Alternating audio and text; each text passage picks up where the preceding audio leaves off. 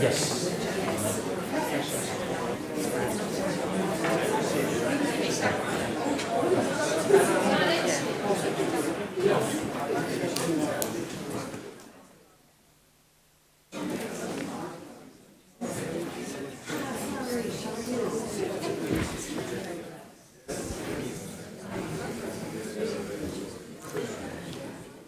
Qui è acceso già?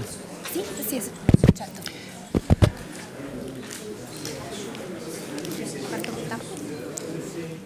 Parto subito con la slide? No, la nostra, quella che gira. Sì, Sì. va.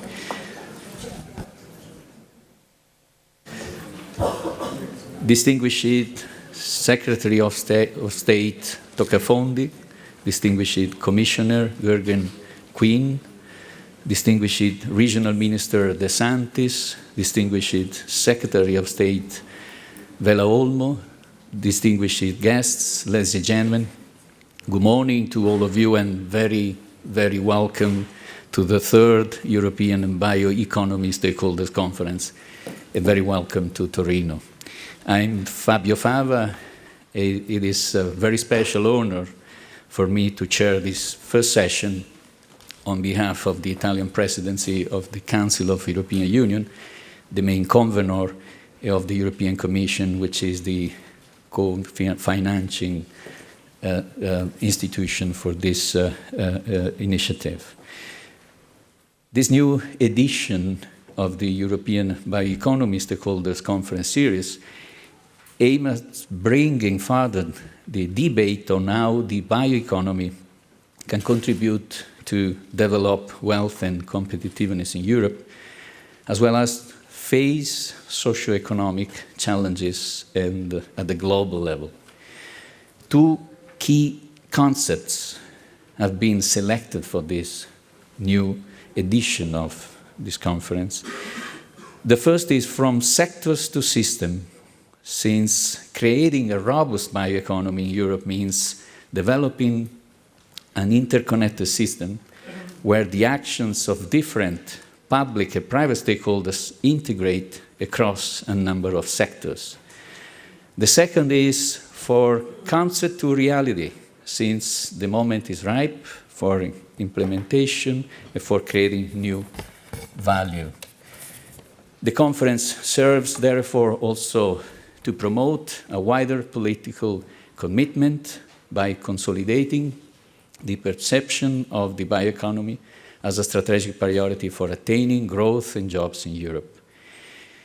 I would like to conclude this brief introduction by providing you with some data on the conference. It is attended by about 400 delegates from 24 European countries, 6 continents. It is broadcasted live, and therefore other hundreds of delegates are following it via streaming. Over than 70 prominent experts will intervene in the 18 panel sessions of this conference and many others in the 6 hosted satellite events. This looks very, very promising. I would like to thank all those who contributed and are contributing with their time, energy, and passion to implementing a robust, interconnected bioeconomy in Europe. So now I'm pleased to, in honor, to leave the floor to the distinguished representative of the Italian presidency, Mr. Gabriele Toccafondi, Secretary of State for the Italian Ministry for Education, Research and the University. Madame Stefania Giannini, Italian Minister for Education, Research at the University, unfortunately couldn't join us because involved in the confident vote on Jobs Act, which is in the today agenda in the Senate of the Italian government. And so I leave the floor to our distinguished state. Please, if you can join us at the podium. Thank you. Thank you.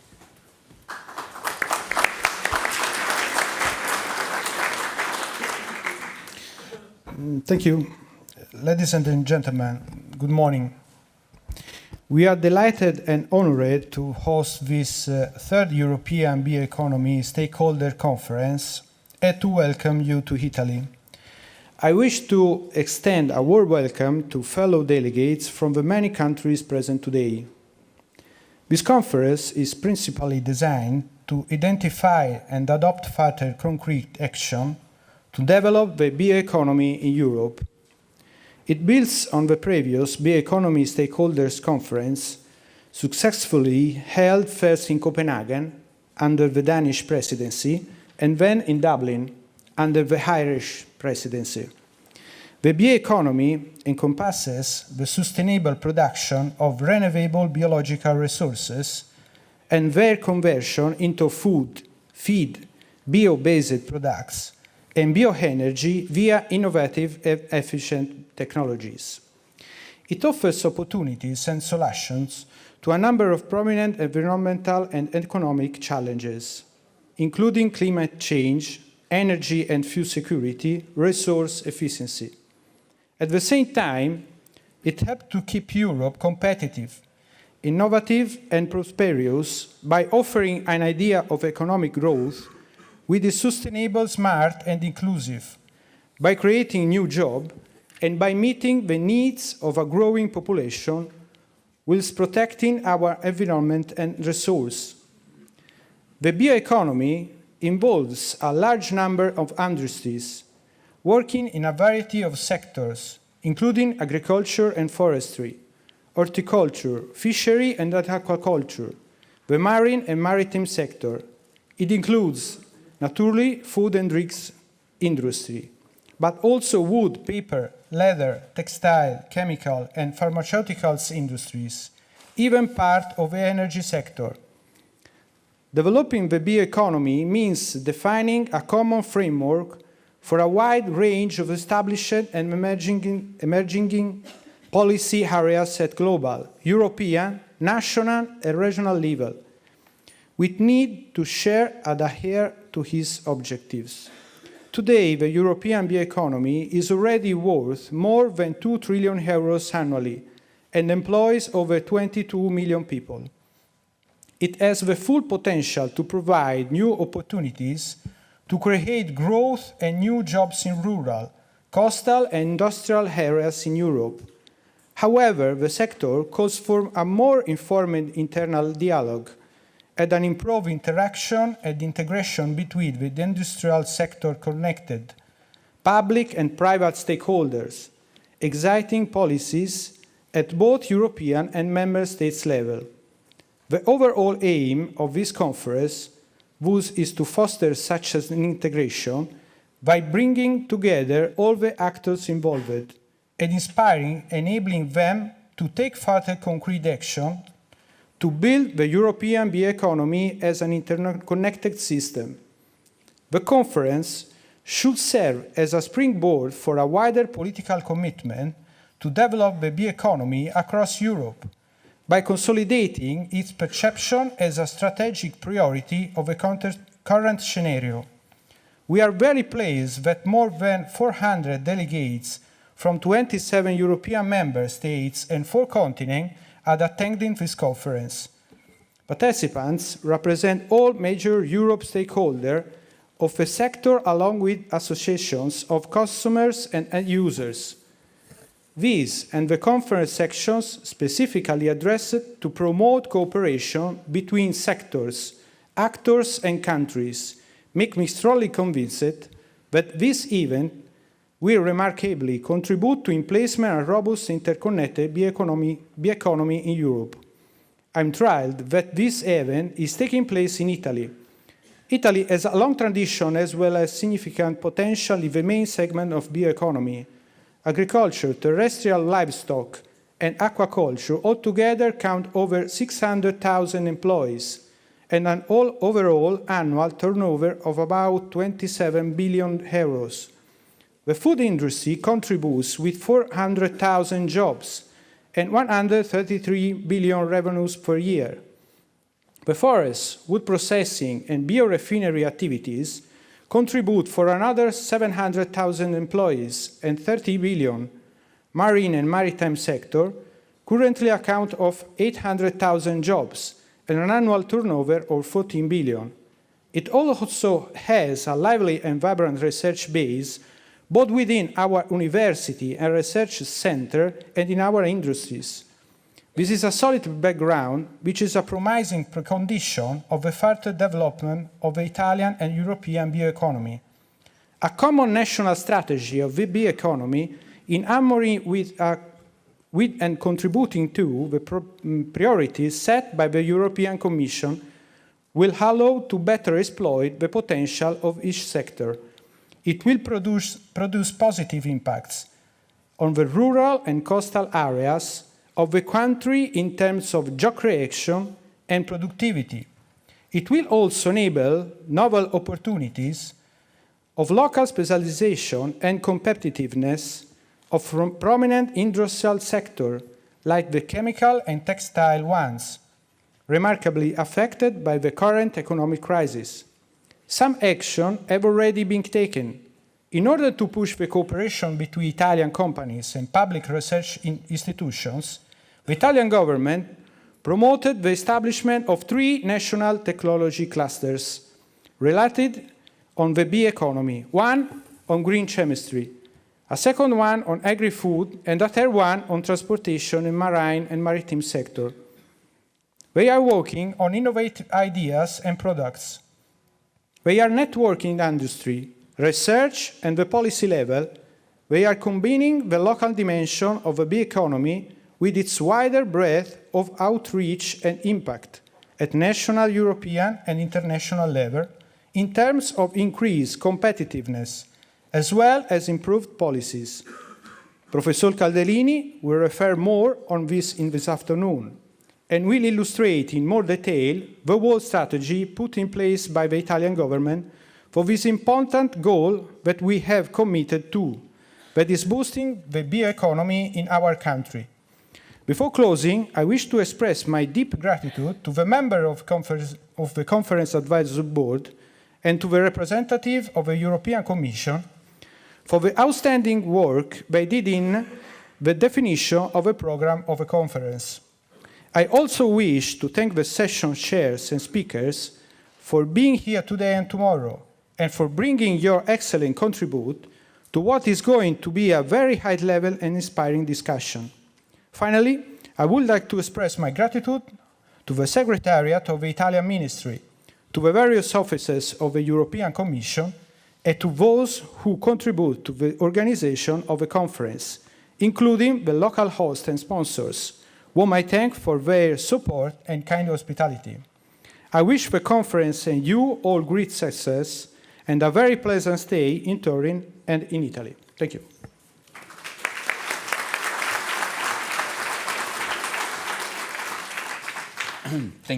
Thank you very much. Now I have the privilege to invite to the podium the European Commissioner for Research, Innovation and Science, Madame Moira Gergen-Quinn. Thank you. Thank you for being with us today. Thanks a lot. Chairman Fabio, State Secretary Toccafondi, Secretary of State Vela, distinguished guests, ladies and gentlemen. 18 months ago, when opening the second BioEconomy Stakeholders Conference in Dublin under the Irish presidency, I felt obliged to begin my speech by asking what the bioeconomy was. Today, I don't need to do that. The concept of the bioeconomy is becoming mainstream. 16 EU member states refer to the bioeconomy in their plans for the use of European structural and investment funds. The concept of the bioeconomy is clearly embedding itself in our policy making and our collective vision of Europe's future. This is one notable achievement of the Commission's groundbreaking bioeconomy strategy that we launched just in 2012. We've made good progress in implementing that strategy, and I'd like to take just a few moments to mention some of the milestones so far. Thanks to the support of the European Parliament and the Member States, we have put together a package of over €4 billion for bioeconomy-related research and innovation under the Horizon 2020 programme, double the amount that was available under the 7th Framework Programme for Research. Last December, we launched the first calls for proposals under Horizon 2020, and the first set of successful projects will kick off within the next months. In July this year, we launched the new Biobase Industries Joint Technology Initiative, a public-private partnership between the European Commission and over 50 companies. The Commission will put up €1 billion in EU funding, and this will leverage a further €2.7 billion from industry. The bio-based PPP represents a major step forward, with the EU supporting the development of a cutting-edge bioeconomy for Europe. The PPP will result in the concrete development of new value chains based on lignocellulosic feedstocks and biomass from forests, from agriculture and from organic waste. It will invest in the latest technologies for integrated biorefineries and help produce the next generation of bio-based fuels, chemicals and materials. During the course of this conference, you will hear the latest thinking from the European Bioeconomy Panel, another initiative of the Bioeconomy Strategy, and of course you will hear from the much respected Standing Committee on Agricultural Research. We have also strengthened our strategic cooperation with international partners. Last year, we signed a new agreement with China to cooperate on food, agriculture and biotech research, and this should create opportunities for Europe to export sustainable solutions to the Chinese market. And our Transatlantic Ocean Research Alliance with the United States and Canada is off to a flying start. I was in Canada 3 weeks ago and I was in the United States last week, and on both occasions I witnessed at first hand the enthusiasm and tremendous commitment from all sides. The Alliance, building on the agreement enshrined in the 2013 Galway Statement, promises to drive forward our joint understanding of climate change and sustainable resource management in the Atlantic and Arctic Oceans. We've also encouraged authorities and organisations at regional level to explore the potential of the bioeconomy, not least by including a category on the bioeconomy in the 2014 Regio Stars Awards, a scheme that recognises excellence and innovation in regional development projects. And today, I'm delighted to announce that we're launching the Bioeconomy Observatory website. This will be a source of strategically important information for all stakeholders. It will also be the springboard for the Commission's Joint Research Centre to publish a first annual State of the Bioeconomy report in 2015. And I'm pleased to announce that the Joint Research Centre is beginning a new task. It will develop the Commission's own institutional capacity to provide authoritative data on the availability of sustainable biomass with an initial report due next year. This information will be essential for well-balanced, forward-looking public policies in the field of the bioeconomy. So while much has been done at a European level, we've said all along that the success of Europe's bioeconomy will ultimately depend on uptake by private and public players at national, regional and local level. I wish to pay tribute to our hosts, including Minister Giannini and her colleagues from the Piedmont region, for their work in ensuring that Italy is at the forefront of Europe's innovation-based bioeconomy. Italy is home to many inspiring examples of how the bioeconomy can be built in practice.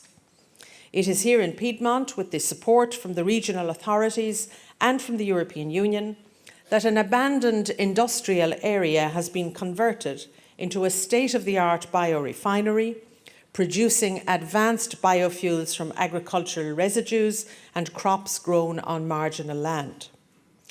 the green chemistry cluster that Mr. Tocafandi talked about, and the growth of the Italian bioplastics sector is a case study in constructive cooperation between innovative industry and forward-looking public policy. Famous Italian chefs, indeed, have embraced the idea of serving sustainable seafood and are even innovating in the use of jellyfish, potentially creating a new food source from the undesirable jellyfish invasions that can affect our seas. So yes, we should be proud of what we have achieved so far, but we are only beginning. Concepts and policies still need to be fully translated into tangible progress on the ground. We still hear from businesses that it can be more attractive to deploy new innovations outside Europe, even if those innovations are the result of excellent European research. We must be loud advocates for policies that will enable our bioeconomy to thrive. Don't underestimate the political power of the story we have to tell. If you look at the manifestos put forward by the European Council and by President-elect Jean-Claude Juncker this summer, it is obvious that the bioeconomy ticks some of the most important boxes on Europe's political agenda. Take jobs. The Commission has estimated that the bioeconomy already employs 22 million people in Europe. The bio-based chemical industry could provide up to 90,000 jobs by 2030, and the marine economy could provide 1.6 million new jobs by 2020. Take economic growth and reindustrialisation of Europe. The food and drink industry is already the single largest manufacturing sector in the EU, and SMEs account for 50% of this sector's economic activity. Innovation is central to the low energy, low water, low waste food industry this sector needs for the future. Bio-based chemical production could represent 30% of all European chemical production by 2030, up from just 2% in 2005. President-elect Juncker has rightly emphasised his ambition to raise industry's share of EU's GDP back up from 16% today to 20% by 2020. That simply cannot be done without industries that use renewable biological resources as their raw materials. Take energy security and climate change. We can't yet know the makeup of Europe's future energy mix, but as we adapt to new geopolitical situations, we do know that bioenergy will be important, an important part of the answer. And the climate benefits of bioenergy will grow as innovations in the use of bio-waste and the production of second and third generation biofuels come to fruition. Finally, consider citizen security and specifically the question of food. In Europe, we tend to take food security for granted, but we shouldn't. There is a saying that we're all just 3 meals away from social breakdown, and this is definitely a challenge that we're taking seriously at European level. Climate change, extreme weather, the world's growing population, and reduced access to critical nutrients such as phosphates. These are just some of the factors that significantly increase the risk of a major disruption to food supply that could directly threaten the well-being of the people of Europe. So food security, a central concern of the bioeconomy, must be an integral part of our thinking about the security of citizens in the EU and indeed across the globe. Next year, the Commission will coordinate Member States' participation in Expo 2015 in Milan, where the theme will be Feeding the Planet Energy for Life. I've just given you a taste, if you like, of the real impact of the bioeconomy.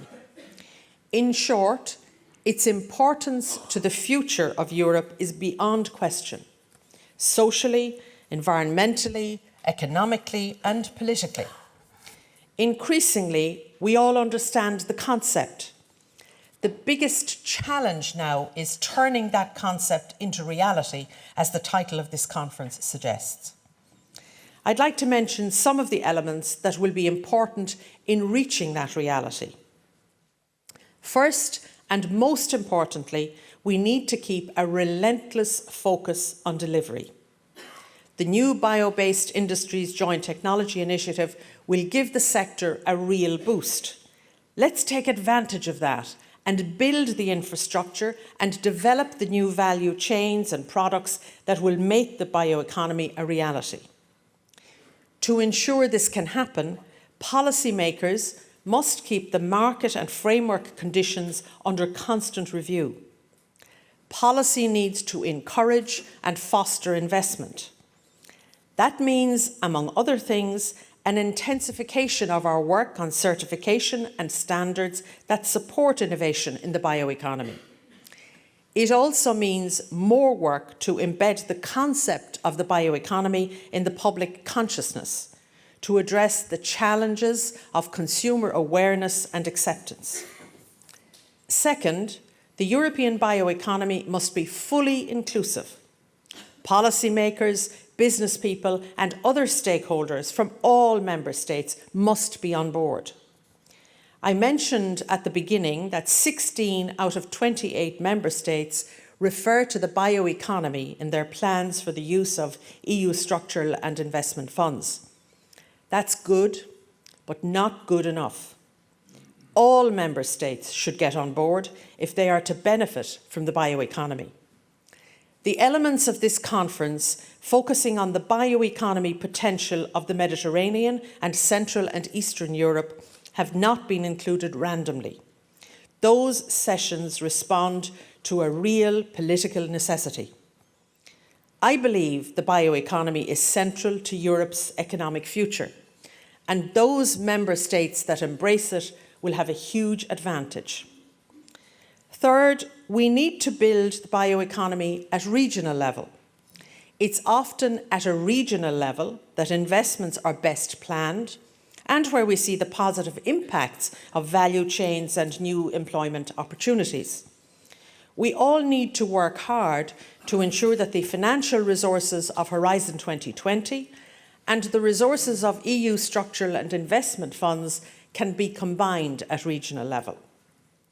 Fourth, we will use the power of Horizon 2020 to support large-scale demonstrations of innovation in practice, new processing facilities of the kind that will be supported by the Joint Technology Initiative, demonstration farms that use new techniques to adapt to particular geographical circumstances and the challenges of climate change, and investments in integrated marine technologies and infrastructure to better exploit the potential of our oceans in a responsible and sustainable way.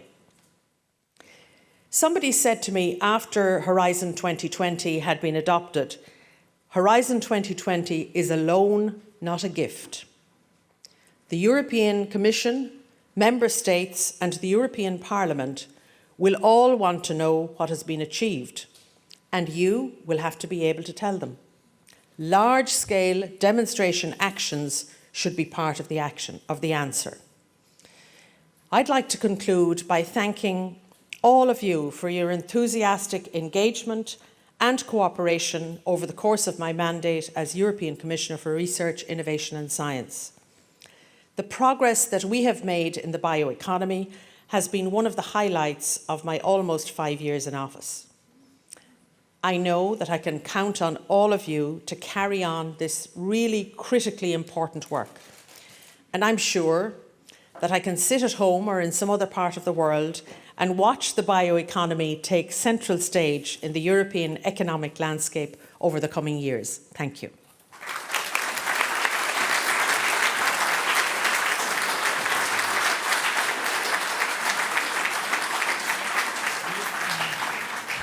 Thank you very, very much for this quite effective talk. Let me to thank you, I'm sure, on behalf of all of us here, but also our delegates that are following now conference from streaming.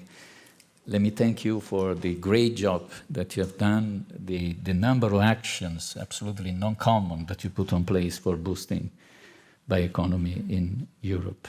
Thank you very much for this.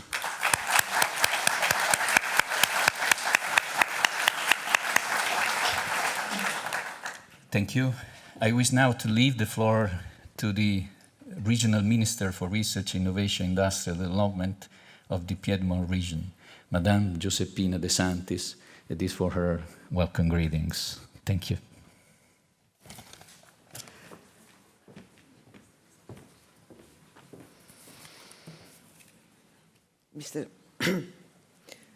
Mr. Chairman, Minister, Commissioner, ladies and gentlemen, I'm happy and honored to welcome you in Turin today, and on behalf of the Piedmont Regional Government, and I'm grateful to the European Commission for the decision to hold here this important meeting, which will be also an important occasion for our local stakeholders to be aware of the choices and decisions of the EU about bioeconomy. Piedmont region has invested in the last years on this sector, financing research facilities and programs, and supporting research programs, and supporting clusters at a national and EU level, such as the green chemistry cluster. We are determined to maintain this course, that is, to continue investing in the next years. We have planned to invest a bit less than 40% of our structural funds on research and innovation.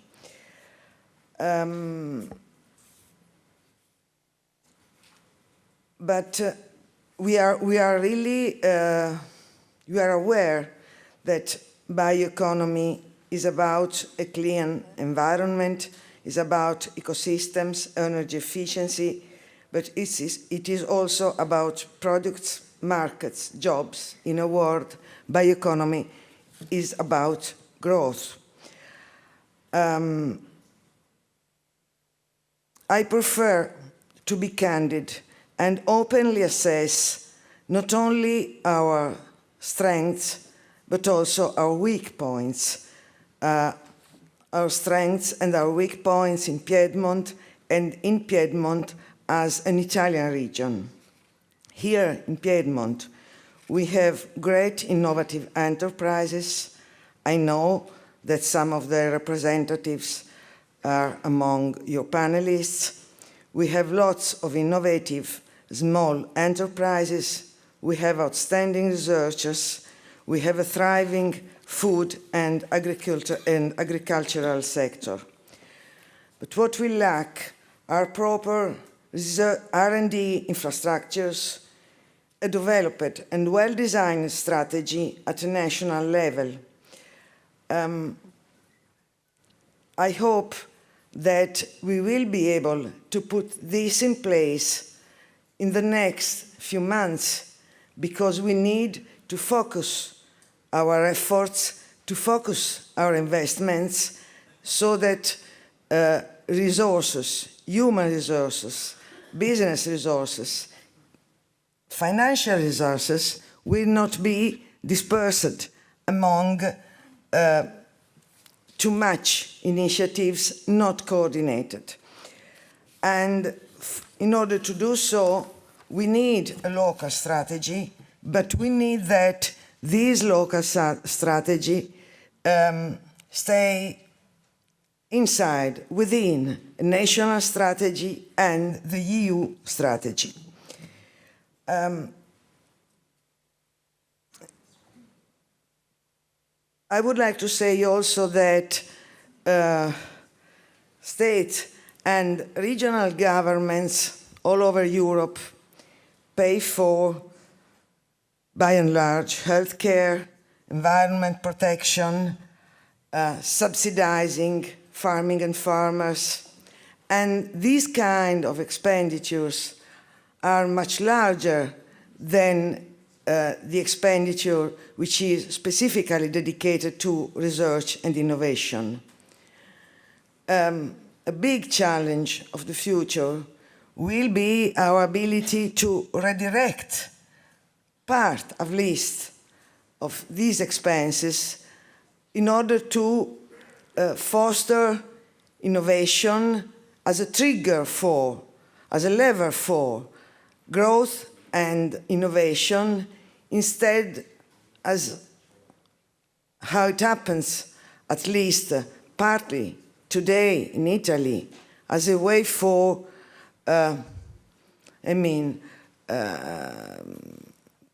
for incumbents, pay for businesses and activities which are not on a growing trajectory, which are not able to create innovation and jobs. We must also say openly that in Italy we are lagging behind other European nations in terms of trust in business and trust in science. There is a big cultural change to be made if we are to really accept this challenge, and as I am confident, we are to win this challenge in the next few years. Also at a local level, I am persuaded that we don't need to invent anything. We have to discipline ourselves and to be able to stay into the guidelines designed by the EU. We have to learn from successes and learn from failures too, and we need to cooperate at a national level in order to build a framework which can give to our enterprises, to our businesses, the ability to grow and to create jobs, which is our first problem today. We are ready to cooperate. We, as the Piedmont regional government, we are ready to cooperate with the national government and with the EU in order to foster this process. And I'm confident that together we can do a great work in the years to come. For the moment, I thank you again for being here, and I wish you a fruitful work and a pleasant stay in Turin. Thank you.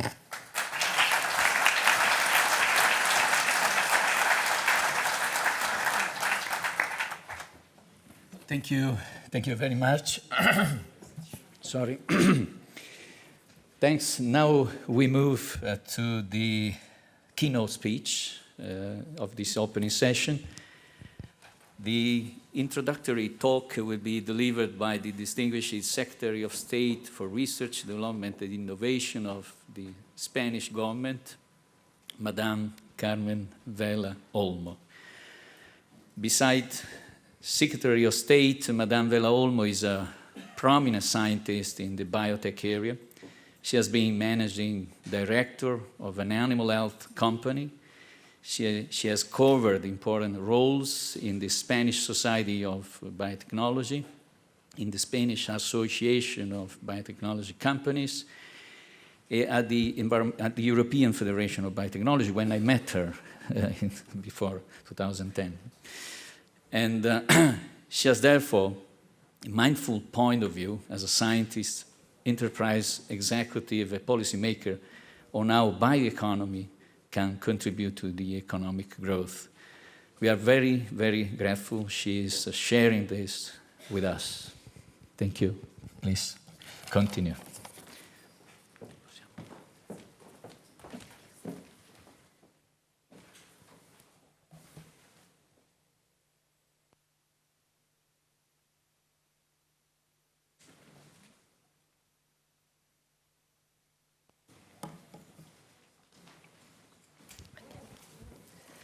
Thank you, Professor Fava. Dear Italian colleagues, dear Commissioner, dear colleagues, it's really a pleasure and a privilege to be here today with all of you. As you can imagine, as Professor Fava mentioned, from 30 years ago, and probably, I don't know when, but in the near future, I will be back to biotechnology. So it's at least for a chance to have one day, a technical day. It's extremely important, but I spend a lot of time in the office in this very hard time that corresponds to us to live. Probably we have the opportunity, we have been choose another period, but okay, we are here. So I am happy to be here. I will stay the whole day learning from you, comment and ideas so important for this bioeconomy.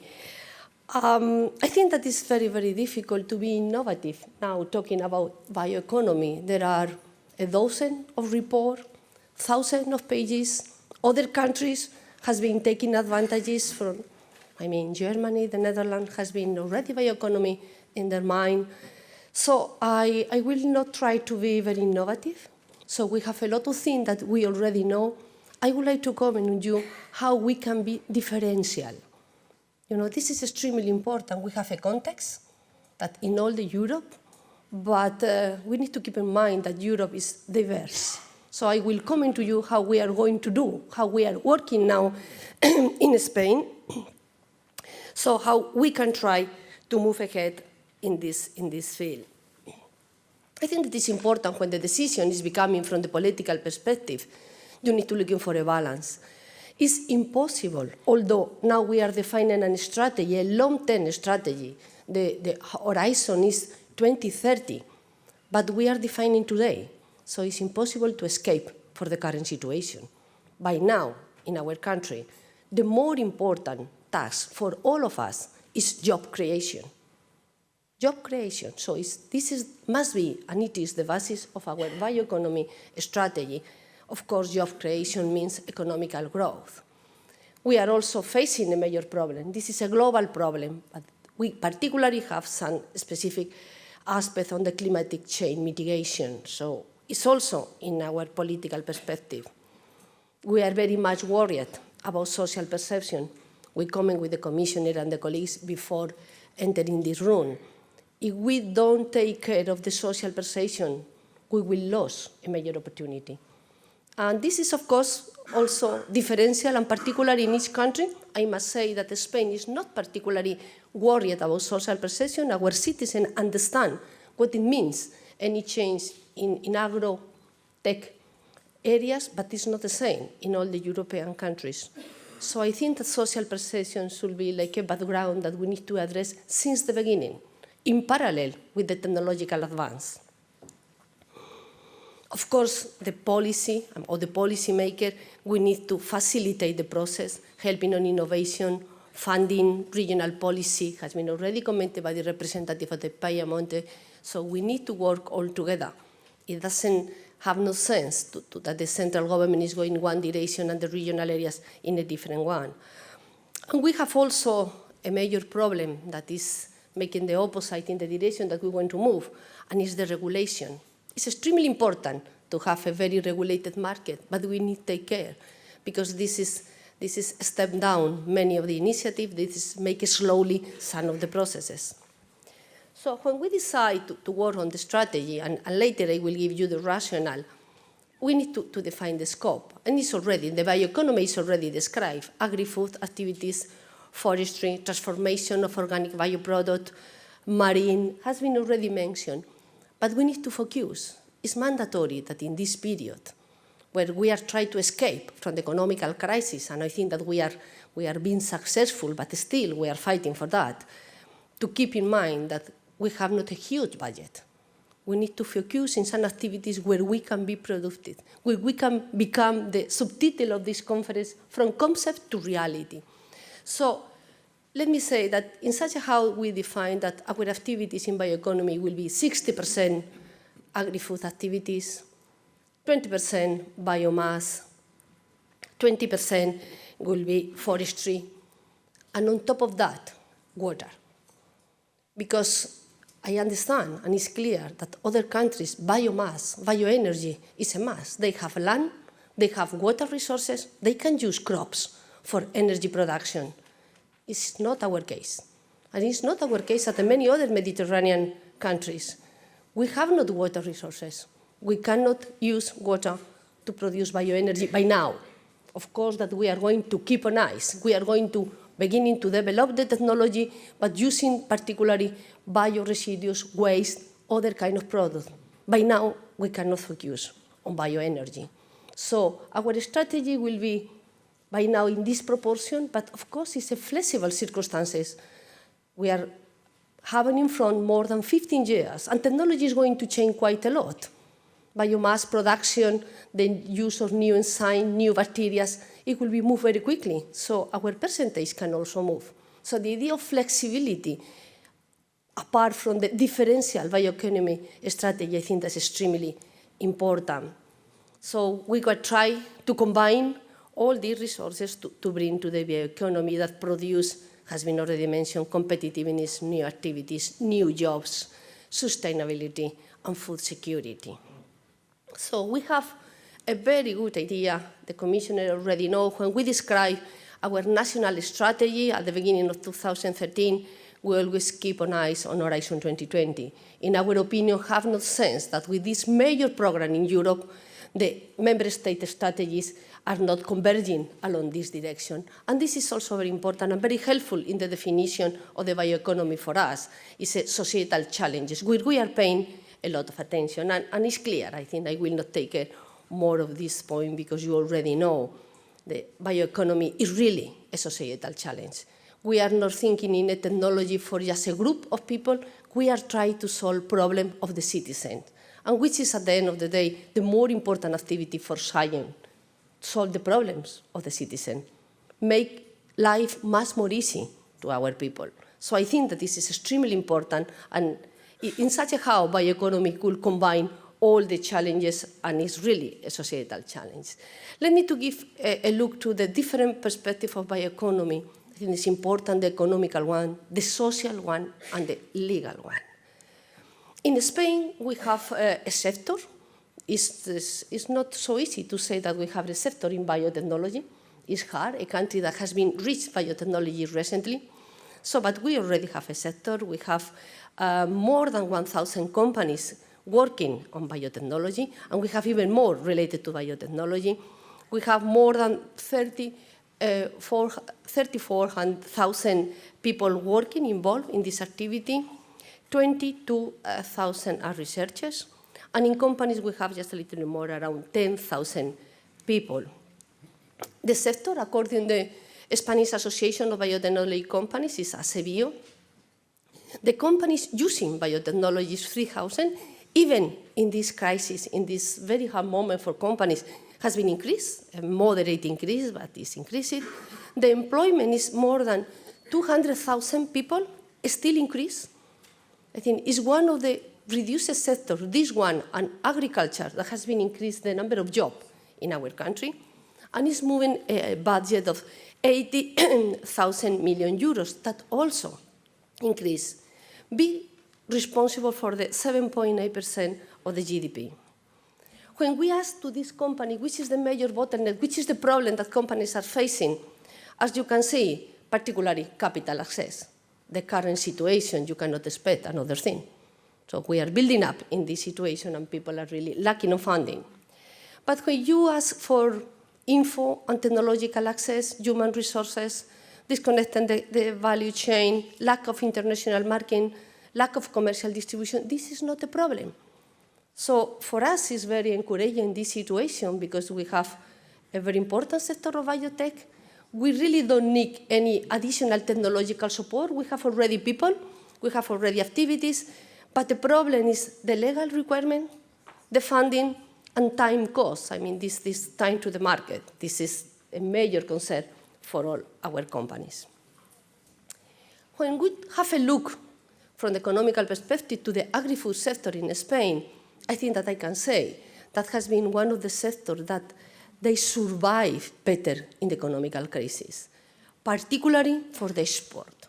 The exportation has been increased very much along these 5 years.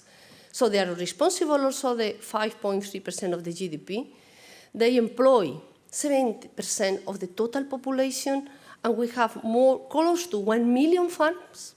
So I think that should be easy to find one of them that become a pilot, an experimental one, between 1 million and 30,000 companies, as Commissioner already mentioned, in Europe. The vast majority of small companies, which is really a target for innovation in our mind. And they are responsible of the 16% of the total export from Spain. So that's clear that the combination between agri-food sector and biotech sector, I think we had a very good basis to building up on top the bioeconomy perspective. Regarding biomass, we already have some companies, some of them quite big companies, that are working, and so we have the possibility to this 20%, more or less, that we went through the boat to be able to make it. As you know, there are some economical perspective. The OECD has been already make some idea how should be the estimated potential of the total biotechnology, and as you can see in this slide, agriculture and industry will jump from a very moderate 4%, 2% to 36, 39. So we are in the area, in the sector that is expected to really jumping up. So from the social perspective, I think that's extremely important. I really worried about that. If at the end of the day, people consider that bioeconomy and genetic modified organisms is the same, we are absolutely lost. We are absolutely lost. And that will be really a major problem. We will have the technology, we will have all the resources, and we will lose the capacity to really implement the bioeconomy. So we need a social legitimacy.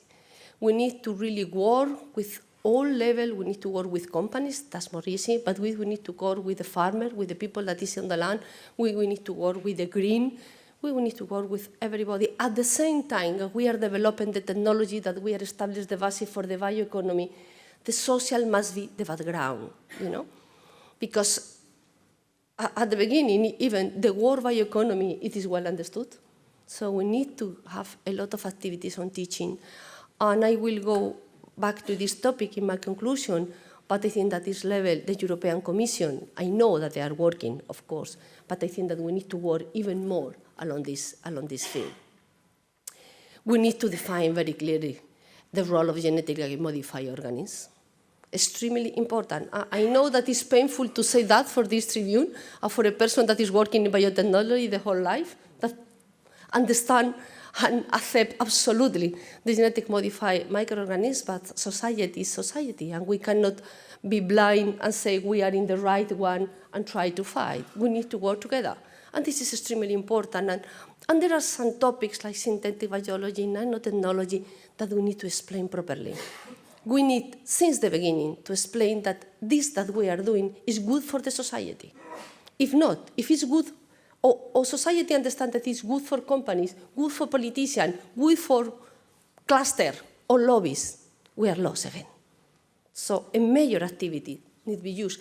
And it's also important because there are some kind of, I don't know, feeling more than reality, the use of land. They cannot see that we are using the land instead to produce food, where there are so many people that have no food on the world just for bioenergy. We need to explain also properly. We are using the land that is not used for food purposes for this kind of thing. Because we are using the marginal land, we are using those that is not useful for another thing. And this requires a lot of explanation since the primary level. So it has been already mentioned before the legal framework. I think that's very important. At least our companies, when we made the survey, is one of the more important bottlenecks to innovation. The cost, the lack of information, the changes suddenly in the regulation when you are in the middle of a process, this is important. And for the bioeconomy, it's extremely important to have very clear rules. Because I fully support the regulation. It's extremely important. We cannot make a mistake, because our mistake will have a major impact. But we need to provide clear rules and models that people can follow. So this legal perspective, including the social perception, the risk perception, the risk analyzing, and the political decision, must be very clearly explained to the society. In our So in our strategy, of course, we have aquí a list of activities, promote and facilitate the ongoing collaboration between science and technology and the Spanish companies. We are working in close collaboration with the Ministry of Agriculture, with the Minister of Industry. We are talking about bioeconomy. We are not talking about a technological activity exclusively. And I think that the Commissioner also mentioned that this is a new perspective for the reindustrialization of Europe.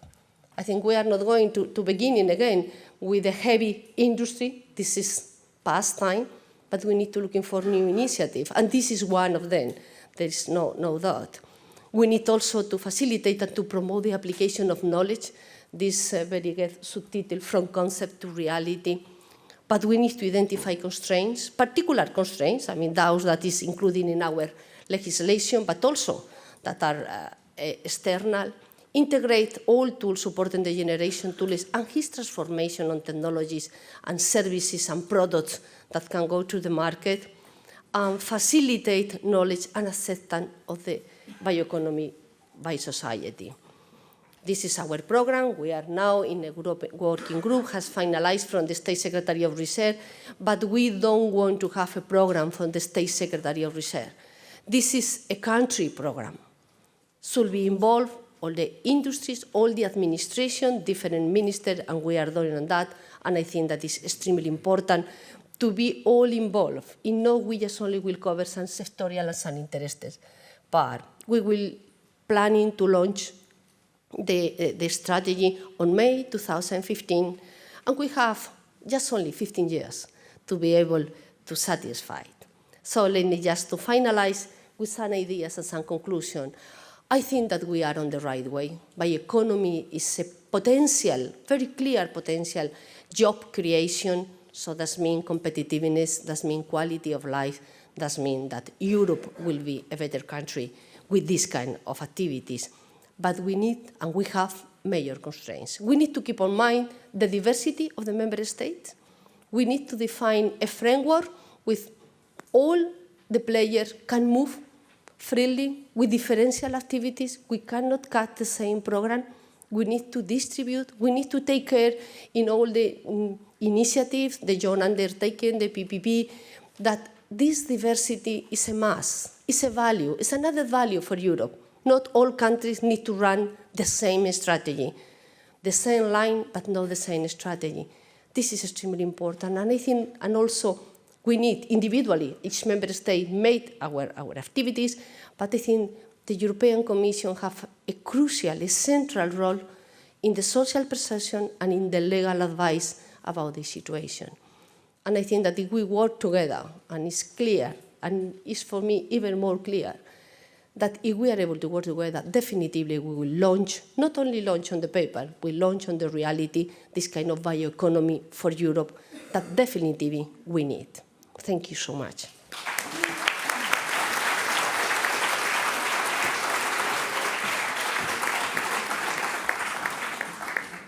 Thank you very much for this very stimulating talk and for the key messages provided. I'm sure that we will implement them and we address them during the next sessions of the conference. So we are at the end of this opening session. So I wish to thank sincerely once again all the distinguished speakers. I declare the third European Bioeconomy Stakeholder Conference officially open. And I kindly invite Dr. Krista Paterman to come to the podium to introduce and chair the first session of the conference. Thank you, Christian. And in the meantime, I invite you to enjoy an effective video on bioeconomy recently prepared, implemented by the Innovation Union of the European Commission. So I wish you all a very fruitful, productive conference. Thank you.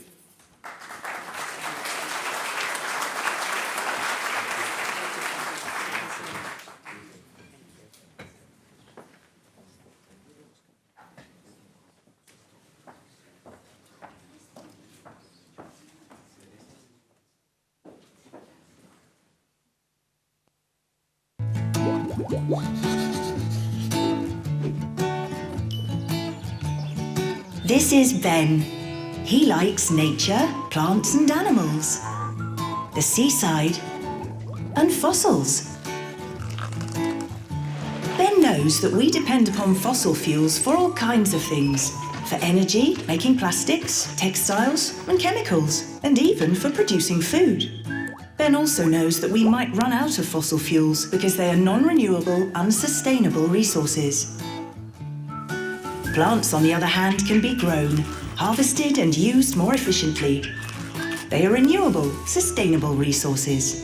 Scientists are discovering how biological resources from our farms, forests, seas and organic waste can help us to make similar products to those we currently depend upon.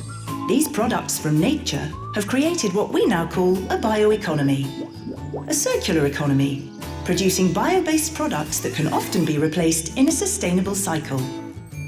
The bioeconomy will increasingly affect Ben's future by developing innovative and diverse products. For instance, did you know that spider silk has a potential to be used to make computer chips or fibre optic cable? Healthier foods, revolutionary medicines, greener energy and bio-based consumer goods will be made. Innovative technologies will create new employment opportunities, new industries and sustainable economic growth.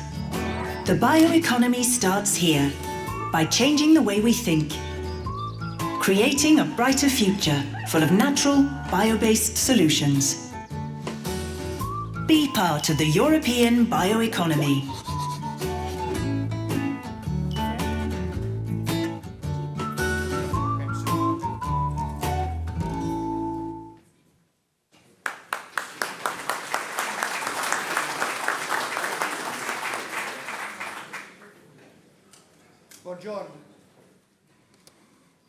Buongiorno amici, colleghi.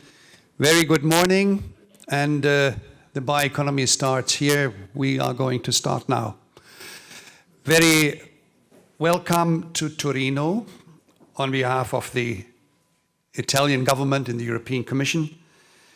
My name is Christian Patermann. I'm a former director of the European Commission. I'm very happy to introduce you now into our first panel in this third stakeholder conference after Copenhagen and Dublin. And I'm very proud to be the chair of this first panel here today. Now, we are very happy to be in Torino. Torino is in many respects a capital. It's the capital of Italian industry with Fiat among quite a few other companies. It's a capital of Italian history. The Risorgimento with Cavour and Garibaldi started over here, and it's just around the corner where you have a wonderful, wonderful museum on the Risorgimento. It's also a capital of culture, the second most important Egyptian museum in the world is here just around the corner, and it's a capital of good living. It's the home of the Sabayone. It's the home of the aperitivo, what many people don't know, that it had been invented here. And it is also the home of slow food, which many people don't know. So a very interesting, let me say, ambiente, which is expecting us during the next 2 days. I'm not going to repeat to you the mission of this stakeholder conference. It has been outlined by all the previous speakers. But I would only like to emphasize that we are going, in the first panel, to deepen the understanding, in particular on this aspect from the sector to the concept and then the implementation, with respect to have the bioeconomy as an interconnected system. And here we are going to focus on the potential responses which the bioeconomy in the old Arnold Toynbee sense is giving to the challenges which you find in the funding reality of Horizon 2020. And these 5 challenges have already been outlined by Carmen Vela, in a very impressive way. I need not to repeat them. They deal with the food security assuring. They deal with the sustainable management of the natural or biological resources, which are the primary raw material, the primary resource of this economy. It's a question of the reduction of the dependence on the non-renewable resources. That means the shift from fossil to non-fossil.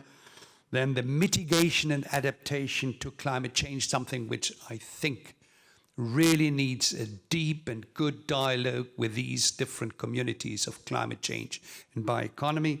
And last but not least, what has been strongly mentioned, and particularly by the keynote speaker, Carmen Vela, the importance of the impact on the jobs and competition, which Jean-Claude Juncker, the new President of the Commission, has clearly put on his agenda, and which has been very well prepared, we should not forget that, by Vice President Tajani in several very important documents in the last years, in particular in the communication on the industrial renaissance of Europe, where bio-based products figure among one of the 5 areas. So we have, therefore, in the organizing and advisory committee, try to have in this first meeting here now representative from the stakeholder communities to discuss the so-called complementarities among these challenges, and I insist immediately also on the other C, not of the complementarities, on the conflicts, because as has been said by the previous speakers, we have to be honest, and if we want to really communicate in the right way to arrive at the hearts of the people, we need also to out with our solutions for these conflicts. And in this respect, I'm very happy to invite the members of the panel now to come to the floor. Our keynote speaker will be Gunter Pauli from the Zero Emission Research Institute to give us the overview, the heli view, if I may say so, on the complementarities and the conflicts of these challenges. We then have the pleasure of welcoming someone from down under, from New Zealand, a long travel, Elspeth McRae from New Zealand. She's going to inform us about what are the complementarities in these challenges in this remote part of the world, which is so important, also for Southeast Asia and the Pacific in New Zealand. We then unfortunately don't have Madame Brusendorf with us. She had to cancel because for private and professional reasons, and therefore I'm very happy that we have someone here who is going to talk to us on the multi-talentism of the plants, on the role the plants are going to play in the bioeconomy. The Vice Rector for Research of the University of Milano, Madame Chiari Tonelli, and last but not least, I'm very happy that UNEP is sending us one of his colleagues, Stephen Stone. He is going to talk to us about the Green Economy Initiative of UNEP, and I'm particularly insisting that the communities of the climate change and the communities of the bioeconomy really start a serious dialogue, which will end in the question, to what extent will the bioeconomy be able to contribute to mitigation and adaptation? I think that is something which we have underestimated now, and we are really going to talk about that. I will now invite Gunter Pauli to give us his keynote, and later on we in the panel are going to comment on that and introduce our own views, and then I also hope to be able to involve maybe for 2 or 3 questions the audience. Gunter, you have the floor. I need not to introduce this very famous author, teacher, activist, and entrepreneur who has been able to shift the industrial reality in many companies, and he's going to talk to us in a heli way on the complementarities of these challenges. You have the floor.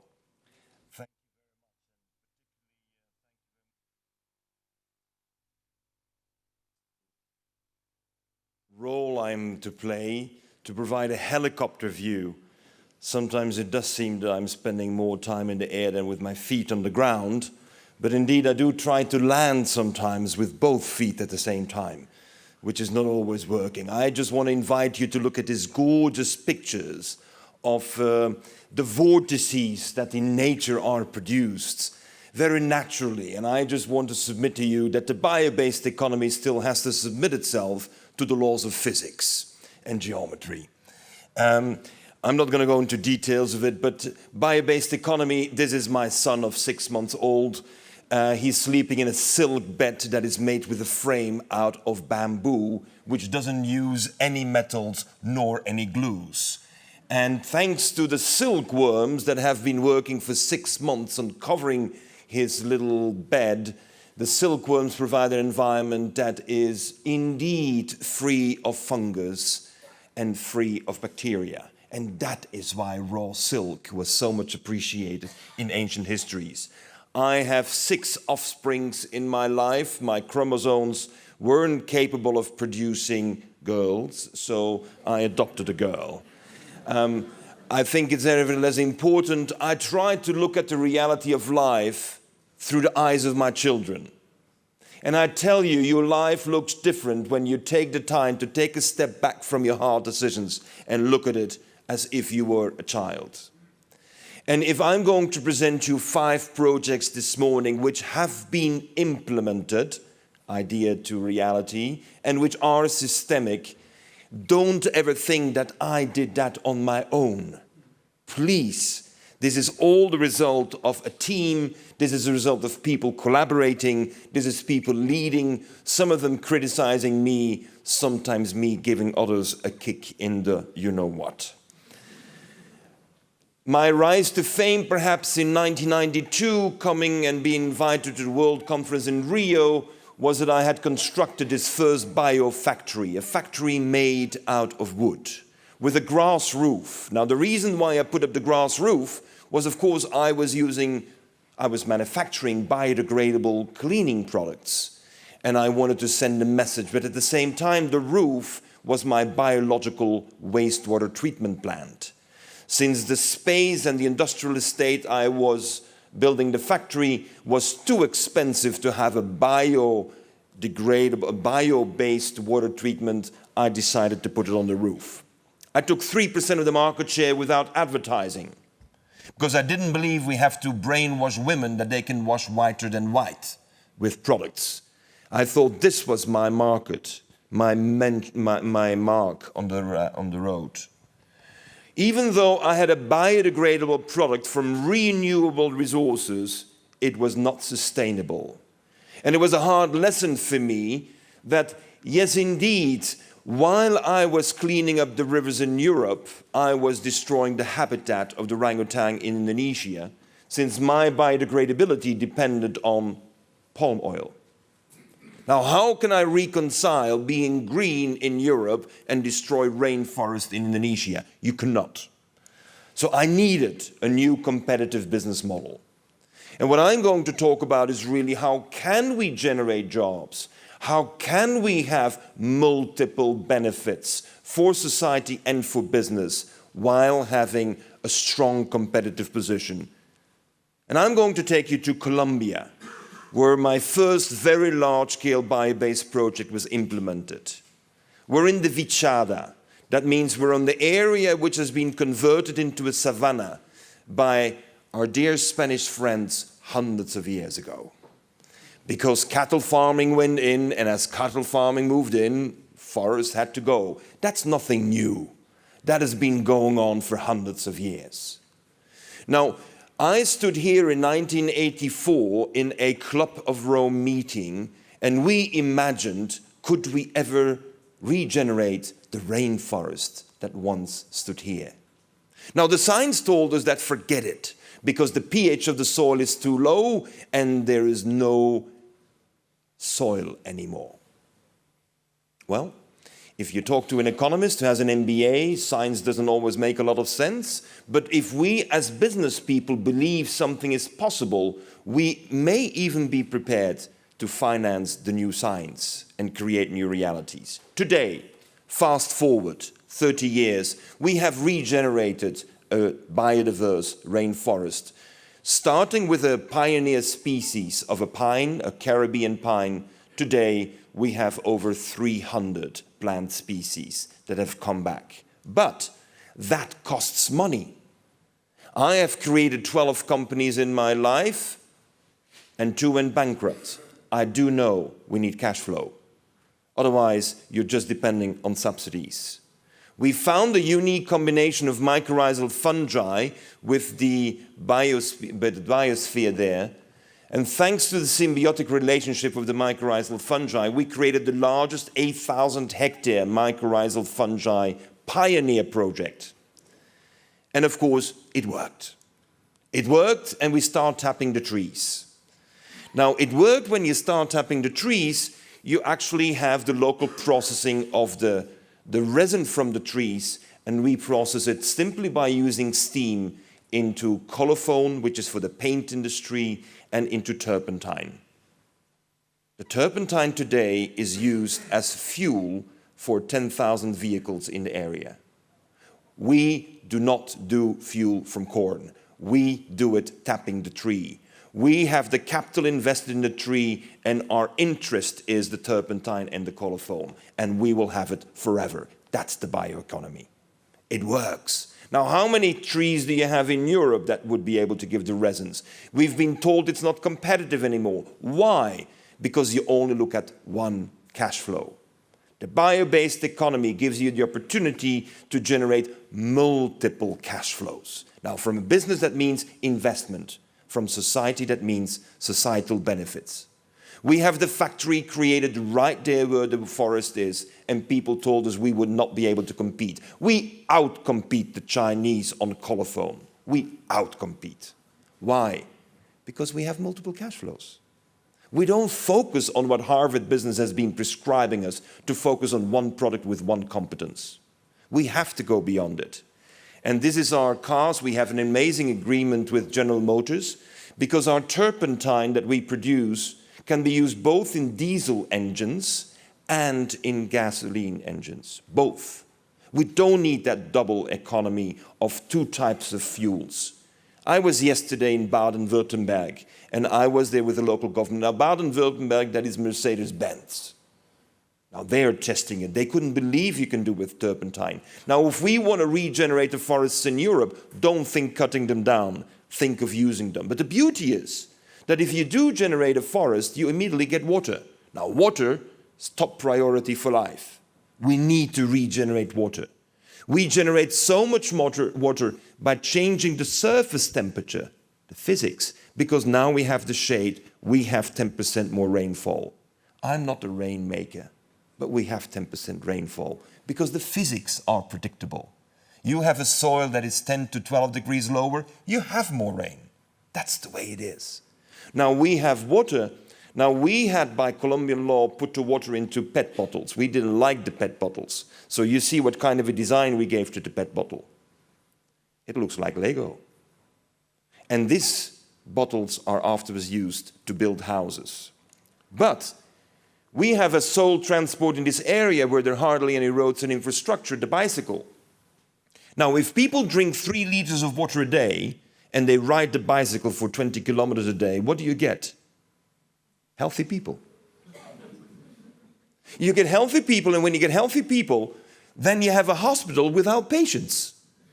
We had to close the hospital for lack of patients. The 70% gastrointestinal diseases that were affecting the region because the pH of the soil was low and the water was bad has been inversed. And that, to me, over 30 years, is perhaps the reason why you wanted to hear more cases. This is the first one I did, and I'm glad to say it's not the last one. But it did give me, for those who speak Spanish, and I made a quick adjustment because, of course, in respect to Carmen, you know, I'm just out of respect. La madurez consiste en realizar los sueños. Today we have dozens of PhD studies being made on how do you regenerate biodiversity, how do you use turpentine as a fuel, how do you have... You realize what it means? You don't import petroleum anymore? You know how much cash circulates in the local economy? It is amazing. You have people shifting who were refugees 25 years ago in one generation. They're middle class. Middle class in one generation. Now, I would like to push your thinking a little bit further, and now I'm taking you to South Africa. Because we think bioeconomy, but let's go with other primary sectors. I was listening this morning, and I heard the primary sectors being fisheries and forestry and agriculture. And what about the mines? We may not like to talk about it, but they're a reality. So here you have a fresh look at how a mine presents itself when you have a helicopter picture. It ain't looking good. So now we have to see, what can the bio-based economy do? What could we do in turning this around? First of all, we make paper from the stones. Now, I'm not going to go into details, but we clean up the mess. But at the same time, we realize that when we make paper out of stones, we're making tree-free paper. And we don't use one drop of water. I mean, that's a complete shift of looking at paper. And of course, since it's a mineral product, it's recyclable forever. But now we're freeing up forests, millions of hectares of forests that were destined to be cut down. Now we can permit a bioeconomy because we don't need to cut down the trees anymore to make our paper. The reality is that China has decided to opt for this. Plan for China is to have 25 million tons of stone paper in 10 years' time. They're already at 1 million tons, just 16 months after the first factory opened. 1 million tons, 25 million tons. You know what it means in terms of saving of water? You know what it means in terms of saving of trees, which now can be deployed for other reasons? And of course, these magazines are already floating around in China. Nothing in Europe yet. But it is a very interesting development because let me go quickly through what is happening. You have a mine and you take out the gold. You crush the stones, make the paper with a binder that is a polymer, 20%. But then you plant bamboo. We have the programs to plant the bamboos, very Chinese, very Asian. We plant the bamboos on the mining sites. And what do bamboos do? What we know, they generate water. And you cut the bamboos because you cut them, they grow again. Wonderful principle. They are not trees, they're grasses. And as they're a grass, you cut them, they grow again. It allows you to give all the poles to all the bean farmers in the whole of China. So bean farmers are going back to the poles, and we can farm with it. We treat it naturally. The chemicals of the bamboo are used to impregnate the bamboo to protect it against fungus and against insects. We can build with it, and guess what? With the bamboo, we can still make that water-absorbent paper. The efficiency of bamboo versus a tree to make paper that absorbs is factor 60. Now, factor 60 per hectare? I'm sorry, Scandinavians, I'm sorry, Canadians, but let's wake up. This GMO eucalyptus and pine tree cannot compete against the bamboo. It cannot. So let's use what we have. But we need to create better resilience in our economy. Our non-bio-based economy has been subjected to a large sector of the business, which is fluctuations, markets going up and down. And if you rely on one thing, then you don't have the resilience. The bio-based economy is the component of the economy that can provide you resilience because you have multiple revenues, multiple benefits. That's the systemic approach. But it's not only systemic from nature's point of view. It is systemic from social point of view. And that is a shift around. And I know that Katia Bastioli, who is the CEO of Novamont, will talk about it. But only imagine that you have an old petrochemical facility, and through the mere existence of thistles, it's being converted into a bioeconomy. Now, do you know how many chemists there are expert in thistle chemistry? I mean, you had to look for a while, right, Katja? It is not obvious to find it, but what is important is that thistles is only one of the examples. Now, the Common Agricultural Policy has taken millions of hectares of land out of production, and when you don't farm the land after 20 years, what do you get? Thistles.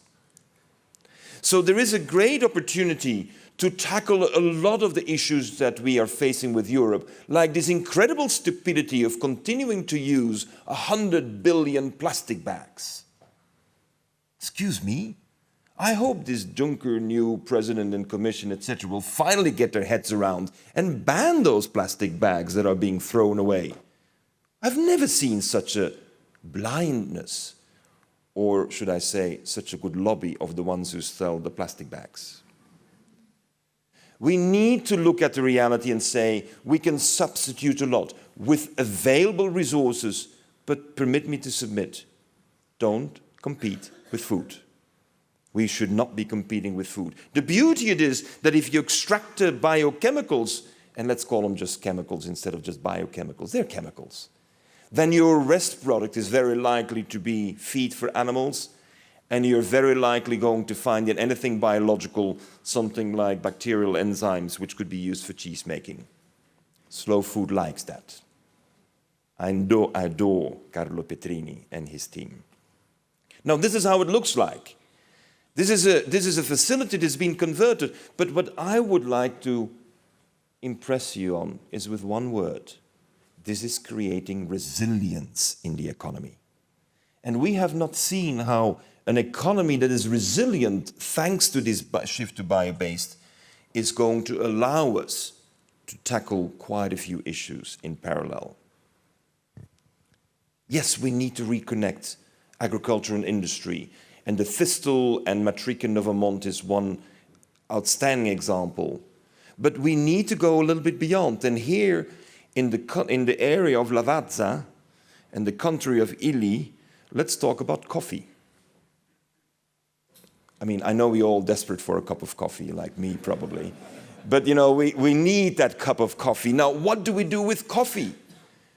It is amazing me always that people don't realize that when we are ingesting our cup of coffee, we have ingested 0.2% of the biomass of what the farmer produced.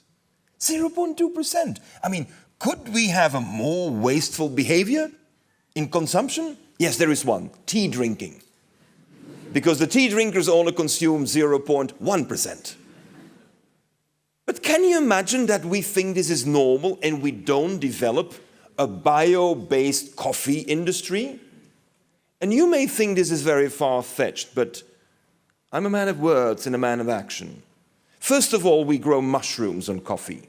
Because you have, when you prepare coffee, either at home or industrially, you have used what? Critical CO2 extraction and or hot water.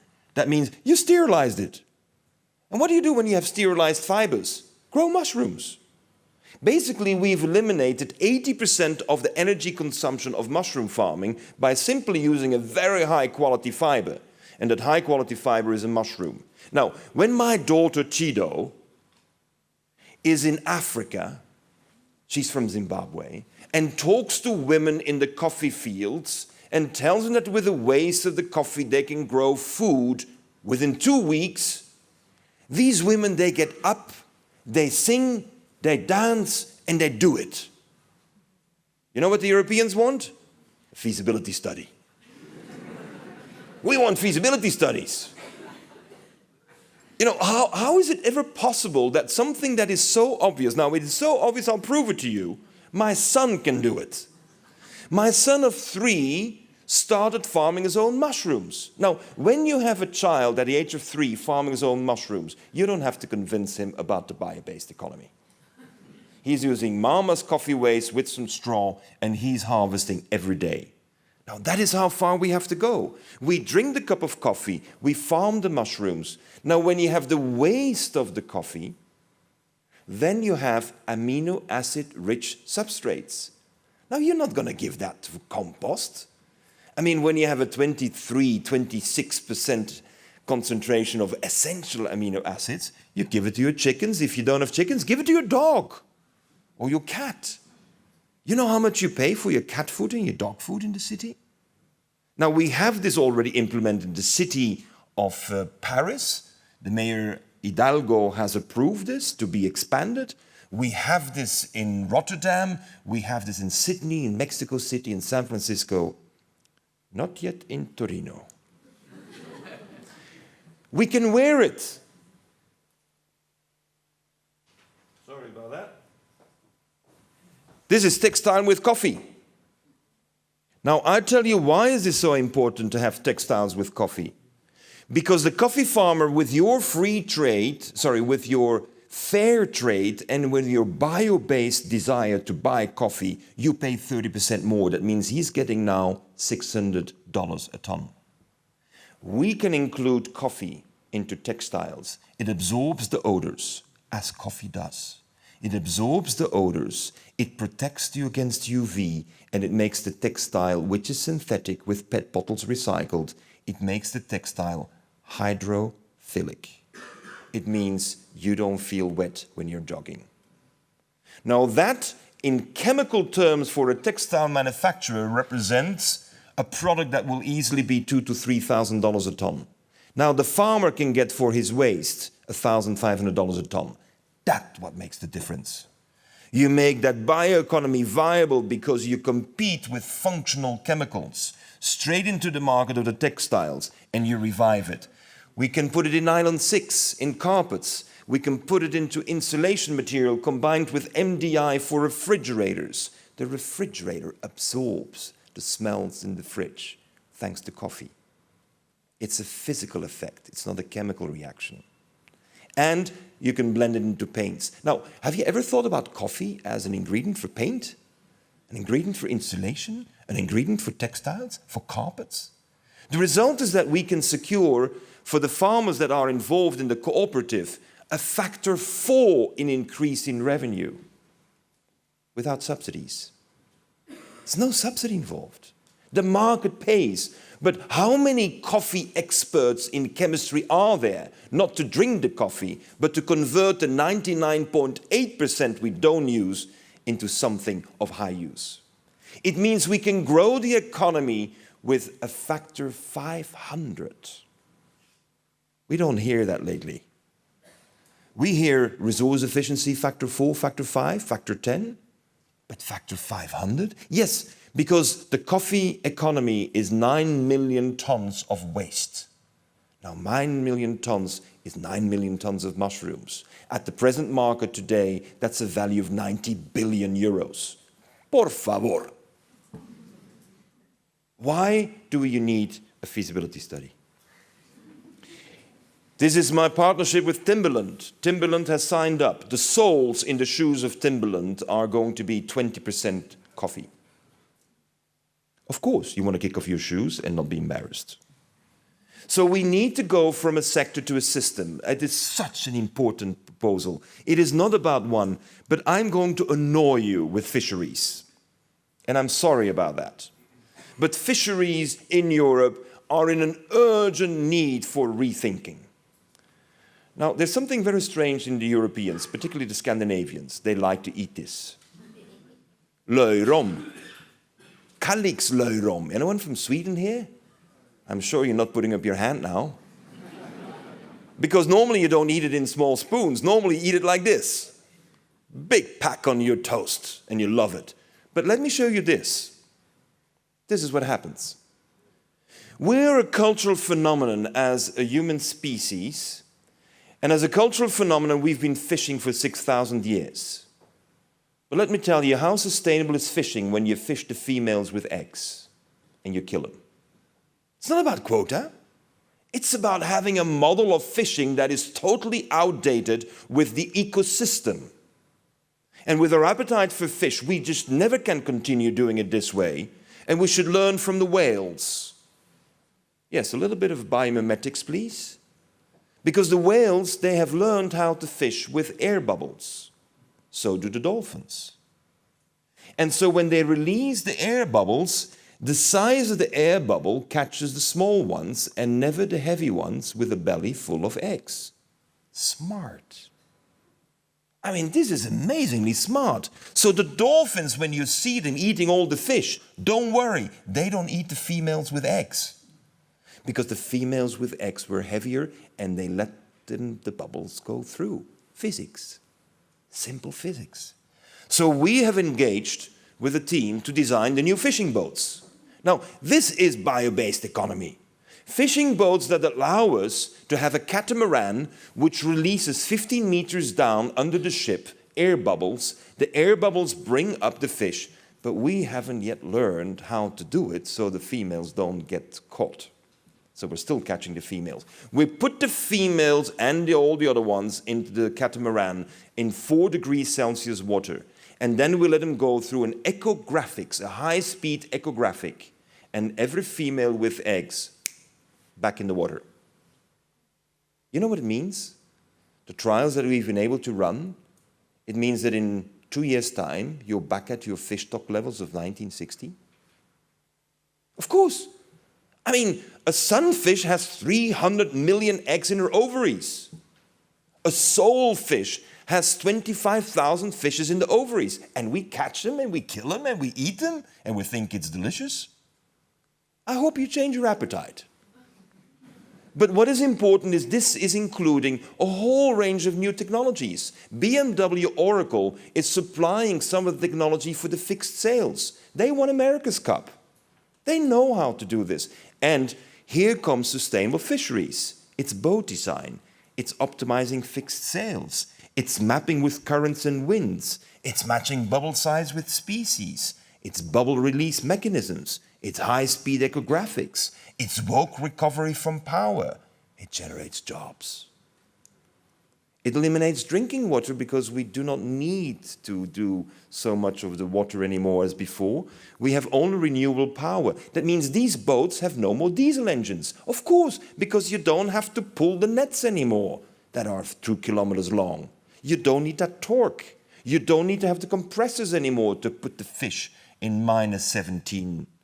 And as a result, you have a boat that consumes much less. You have multiple cash flows because you're now filleting the fish that is retained right there. But you have a long-term strategy to recover. You eliminate the subsidies. You generate value. And you secure small-scale processing from ecographics technologies to boat making. We have a healthier nutrition, and we have demonstrated in the pilot tests in Agadir, in Morocco, the only country that was prepared to sign up, Morocco, not EU, Morocco. We have demonstrated with this technology we can increase fish protein per capita over 10 years' time. Now, that is what is important. You can grow without exploiting and eliminating the obvious, if I may say, ignorance from the human being. In order to say it politically correct to say ignorance, I should say stupidity, but I shouldn't say that. We need local economic growth. And so we're designing a local economic growth strategy with His Majesty the King, and we're growing around Agadir with 13 boats. It's a new competitive business model. It's not about quota anymore. It is about designing a bio-based economy around the seas, which Europe desperately needs, and the world needs it. Now, this is not fully implemented. This is in trial phase. The other ones are implemented. But we are doing something else. We're generating new family life. Those fishermen come home every night. Family life is also important. Since I have sometimes great difficulty explaining our projects to people, and people very often come back to me and say, you live in a world of fantasy. Therefore, I address myself for 50% of my time to an audience that is younger than 8 years old. Because children under 8 don't differentiate fantasy from reality. Everything is reality. What we're needing in Europe is a bit more fantasy. We don't have to subject ourselves to the Harvard business and the Chicago boys' logic of economics. We don't have to go blindly for austerity. We don't have to do cutting costs everywhere all the time. It's about time Europe takes the bio-based economy because it allows us not to focus on cutting costs. It allows us to focus on generating more value. That is Europe. Europe is diversity. And if you have a diverse ecosystems, cultures, languages, regions, then the only way forward is that you allow the diversity to flourish. And the diversity flourishing does mean that you cannot go for economies of scale like China does. And if you try, you lose. So why try? We're losing. The bio-based economy, therefore, needs a vision, because that vision is what you have been formulating, and what I wanted to do this morning is push your vision a bit further. Push it further, because I have done the project in Colombia where with $8 million original investment, we are today at a project that's valued at $600 million. Now that is what you can do if you are regenerative and not extractive. If you don't focus on the lowest cost always and squeeze everything, including the environment and the social. We have to build up what Europe has, and therefore I think we need to learn from nature instead of learning about nature. We need to study how the whale makes a vortices in the water in order to capture in a bubble envelope those fishes. Now that is being mathematically studied. We have that, but why we as Europeans don't translate it into new business models? Why not? And that is the challenge that I'm offering to you. That is why I've now written 198 fables. I have 188 projects implemented, and for every project we implement, I write a fable. I'm humbly submitting to you that the Chinese government has decided all these fables are for free distribution to all Chinese children in China. The Chinese are studying how to fish with air bubbles. I don't see any program in Europe, yet. But I do see great examples in Europe, and that is why my dear friend Charles van der Hagen, who sits there in the back. Charles, hello. He always goes and sits in the back, but if you see him, he's quite good size. And that is why I'm so happy to be in Turin. I accepted here in Turin because, of course, Katia Bastioli asked me to, and of course, then I obliged. But also because there is Gino Bistagnino. Gino, stand up. He has been teaching this work at university with students. Turin is the only place in the world where we have students with doctorates, with PhDs on this thinking. And that is why I want to celebrate and thank Turin for hosting this and really celebrate the Italians, because here in Piemonte, I can tell you, I go around the world, but here in Piemonte, they mean business and they do it. And I appreciate it very much to have had that opportunity. To conclude,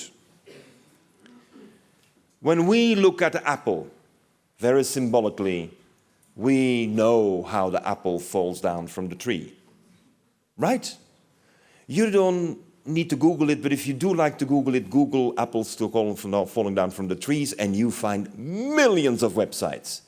But have you ever asked yourself, how did the apple get up in the tree in the first place?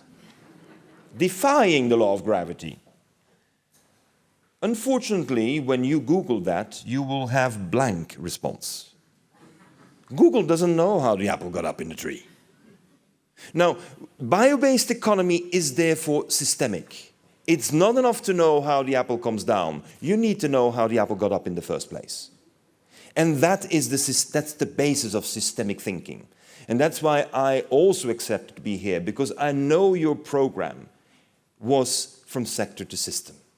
And I congratulate you for that, because this is what we need. We need to go to the system. And the bio-based economy, now it's not systems because we all read Fritjof Capra, or we all like Varela and Maturana, the great authors, or Arne Næss. It is because we know it gives us resilience, multiple cash flows, it provides solutions for society. It takes us beyond of what the traditional economy has been offering to us.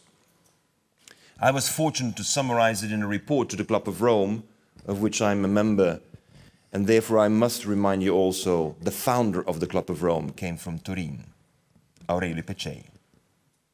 I have a lot of links here in this part of the world, and therefore nothing could prevent me from being here today. If we only teach our children what we know, they can never do better than we have done. We need to create a high degree of freedom to think beyond what we know today. Thank you very much.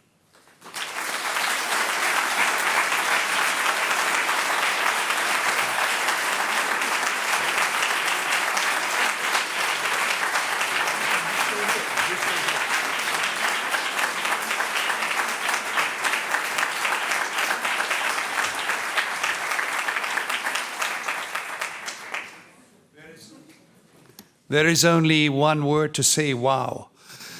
And very refreshing, fascinating, very, very innovative, I think, for all of us here, because we normally use another nomenclatura when we talk about value chains. So thank you very much. This is enormous, enriching, and I think excellent food and wood for thought. So I now would like to invite all the other members of the panel, Stephen, Elspeth and Chiara, to come up.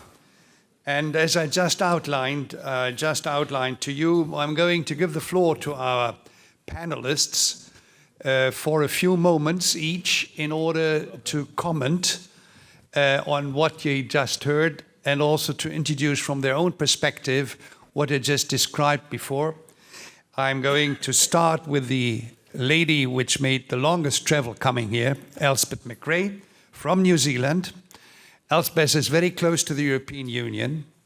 She is very active in the area of the bio-based industrial products topics. She leads the relevant parts in the Horizon 2020 twinning activities of this country far away. She also has very close relations to OECD, and she is a very, very charming partner of Europe in the area of the bio-based economy. So, Elspeth, you have the floor. Thank you very much. And I'm not sure about the charming part of the bio-based economy in Europe, but that's a really nice thing to say. And Gunther, I really, really appreciated your talk. What it did was remind me, and that maybe we should all be reminded, that basically the world was a bio-based economy at one stage. We actually had all our infrastructure, we had all our buildings, we had all our communications, they were all bio-based, and it's not that long ago. And the other thing that you also reminded me of was collaboration is everything. And all of your examples had really different kinds of people open enough to collaborate in something that they didn't really know about. So I thank you for that. Why am I here from New Zealand? Well, you could ask that. And when I thought about it, I thought, well, New Zealand's probably already a bio-based economy. It just doesn't know it, doesn't think about it that way, doesn't consider it. It's basically all of its money is made by selling biological things offshore pretty much. It requires exports. And the big things, if you look at New Zealand, 86% of the people live in 5% of the land, so all the rest of the land's available to do stuff with. And what we do most with in that land is actually make animals, which is a really interesting concept. That's 52% of New Zealand's land is devoted to making animals that all sorts of people around the world eat. It's not for New Zealanders, because 80% of it gets exported. So what does that mean that we could do? It means there's the potential to have a whole lot of resource and a whole different way of thinking about things in New Zealand. And that comes back to the bio-based economy and the new structures and thinking about industrial types of solutions. So what I'm going to do, the markets in New Zealand now, they used to be Europe, but they're primarily the Pacific Rim. And it's a really isolated country and a long way from anywhere. So you have to think about how do you get things to the market and what do those markets want.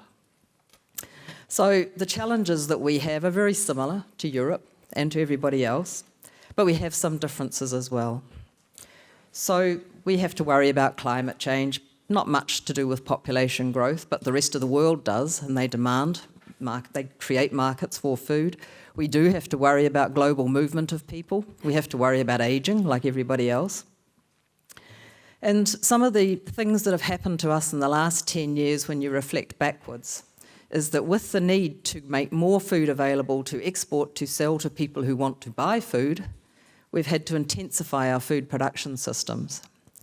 Now, in New Zealand, when mostly the animals roll around on the grass and stroll around the countryside and see the sun and do those sorts of things, that generally means that you're starting to put more fertiliser on the land, that the fertiliser then rolls down into the waters, and then the waters start to become polluted, something we probably never thought would happen. So one of our challenges is actually how do we get water quality back to where it should be, but still intensify our food production. And food safety is not so much for New Zealand internally, but again, when you're selling to other people in the world, everybody worries about the food safety, and I'm sure you're aware of that in Europe. And so packaging is important. And so we're just starting to really think about the role packaging has to play with all of our sales.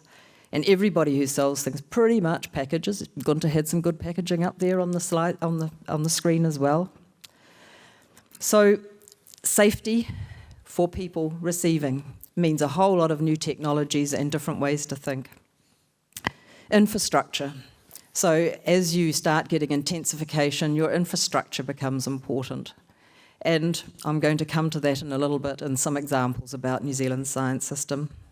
And then for New Zealand, connectedness is pretty much everything. And we're so busy connecting with the rest of the world that quite often we've forgotten to connect internally. And that's probably one of the biggest challenges that we have, is how do you connect people who are focusing outwards in their own world to start talking across to the other parts and to create a new system of engagement. So some of the things that we've been doing is in New Zealand is setting up different ways to look at things, and this is used through the funding system of our national government. So, for example, we're looking at industrial symbiosis centres. So again, it's the same kind of examples that Gunter has very successfully. These aren't successful yet. And we've used, for example, there was a mill town that had 2 big pulp and paper mills, and it was dying and the people were going. And they said, what can we do about it? Well, we've actually got a lot of geothermal energy around here, so why don't we make geothermal energy the hub? And then all the industries can come here. They don't have to use their biomass to help them create power or energy. We've got that. So they can use that biomass, the residues, to make other things. So then you get a timber processor turns up, and then you get another company that says, well, I want to make things out of the bark, so I'm going to actually start setting up a bark just over the fence from that one. And then now we've got a tyre company who recycles tyres, wants to come and sit over the fence from that one. And you start to see all of these people sitting together, talking about what they can do together, are starting to make a different way of doing things. The other big thing that's happening in New Zealand, because people are very stretched out in one country, is thinking about distributed manufacturing. So large-scale costs, etc., have never really worked in New Zealand. It's never been big enough to do large-scale in any particular place. So distributed manufacturing and distributed health. So stop having centralised hospitals, send people back, manage your health at home, use new systems and new ways to do that. For example, have MRIs that you can have in the home, and then the results can be sent back on the internet. And virtual centres. So we're building a lot more virtual centres, pilot plants, and we actually look outwards for virtual centre structures too. So to Europe, where there are other pilot plants, and say, well, okay, can we plug in there and play together? So international partnerships are really, really important, and some of it's about adopting and adapting into New Zealand and trying it out, because it has the biomass resources and it has a lot of the other resources to try stuff out and see if it'll work, and the closeness of people. The government, and I'm going to finish just after this, so the government in terms of more recently, there's the grand challenges here in Europe for the bioeconomy. We have national science challenges, and the way that these were put together was the government went to the public and they said, what's important for New Zealand for the future? What kind of science should we be doing? And they asked children at schools, and they asked and pulled all of these together into a consolidated group with 11 national science challenges and one overarching one, which is about how do you have a science knowledgeable society so that they can cope with the changes and they can understand and can think and contribute to further development. The National Science Challenges, for example, none of them say bioeconomy, so we're still a bioeconomy without saying we're a bioeconomy, but they are things like resilience to nature's challenges, and that combines fire, climate change, earthquakes, floods, etc., etc. So you're starting to get all these people who have all these different kinds of challenges going on in nature, talking across with each other and learning from each other. We have things such as high-value nutrition, so again, looking at the food, but food for health for the longer term. We have such things as sustainable seas. Another challenge is science for technology and innovation, which was really, really difficult because, for example, we have 400 small companies processing plastics. So how do you pull all of them, plus everybody else, into one structured science system? And what we've done with that is choose, and again, bio-based materials are actually a key component, but it's not called bio-based, it's not focused on being bio-based, but it's in there. And it's such things as 3D manufacturing. Can we use bio-based materials for that? Distributed manufacturing, so you can do it anywhere in a local community. There is one that we're just starting now, which is about urban environments and better housing. And the real challenge there for New Zealand is in two places, Christchurch, which had an earthquake, so it's cleared a whole lot of the original city infrastructure out, so it's an opportunity for experimentation to do things differently.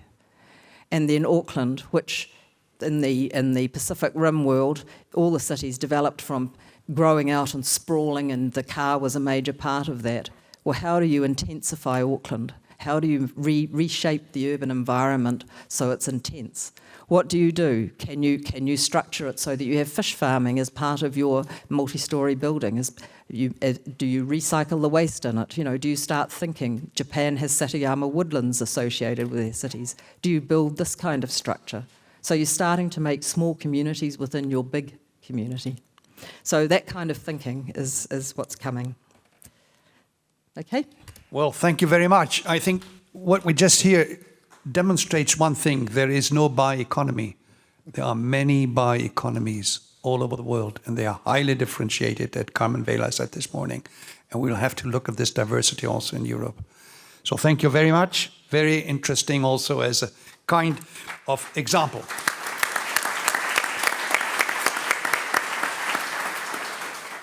And I'd like to give the floor to Professor Chiara Tonelli. She is, as I said, she's dealing primarily with the fundamental aspects of plant biology, biology to biotechnological applications in plants.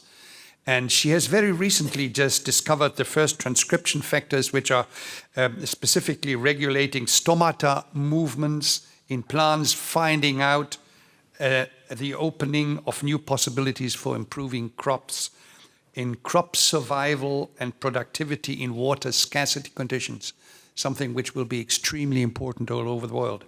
So if you give your view on your experiences also on what has been said before. Well, thank you very much. And the food security is really, for me, the most important challenge we have to address. And with increasing population, we cannot use more land.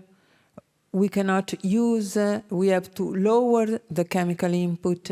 And so how to solve this? You know that at least 30% of the yield is lost due to abiotic stress. Abiotic stress is all the environmental stress. And with the climate change, we are observing extreme weather conditions. The most important and what really affects yield production is water scarcity. And water scarcity is due to the fact that even in regions where sometimes is raining a lot, but in certain times of the season there is drought. And this often happens. In the world, only 70% 17% of the land that is used for agriculture is irrigated. All the other 83% is rain-fed.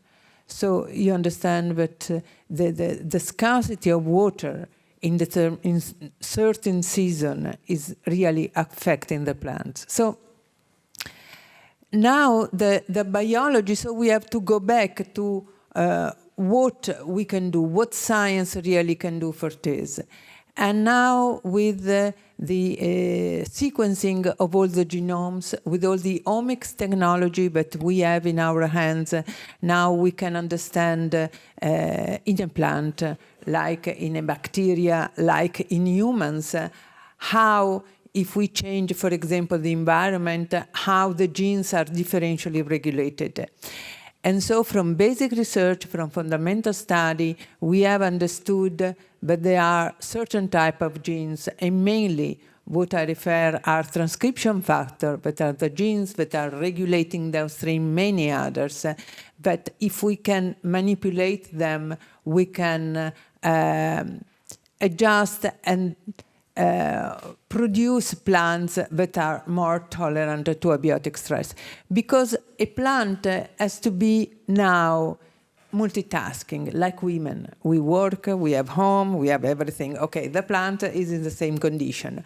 During the life cycle has to stand condition of cold, heat, water, stress, flooding. And so we have to try to produce plants that are particularly strong. One of the possibility, and I refer to what Christian was saying, is refer to water scarcity. We have developed a plant where we understood that just knocking out one gene, we could reduce the opening of the stomata that are the pore where CO2 is entering and oxygen and water is coming out.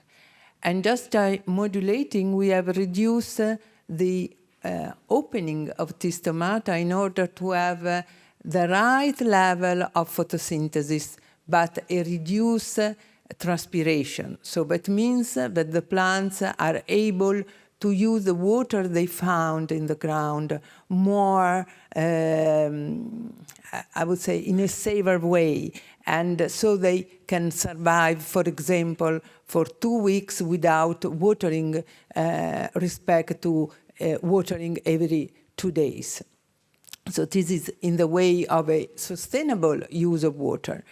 What Polly was saying before, coffee and tea, he didn't say one thing. For 1 cup of coffee, you need 840 liters of water. For 1 cup of tea, you need 70 liters of water. So also the water is very important for the coffee.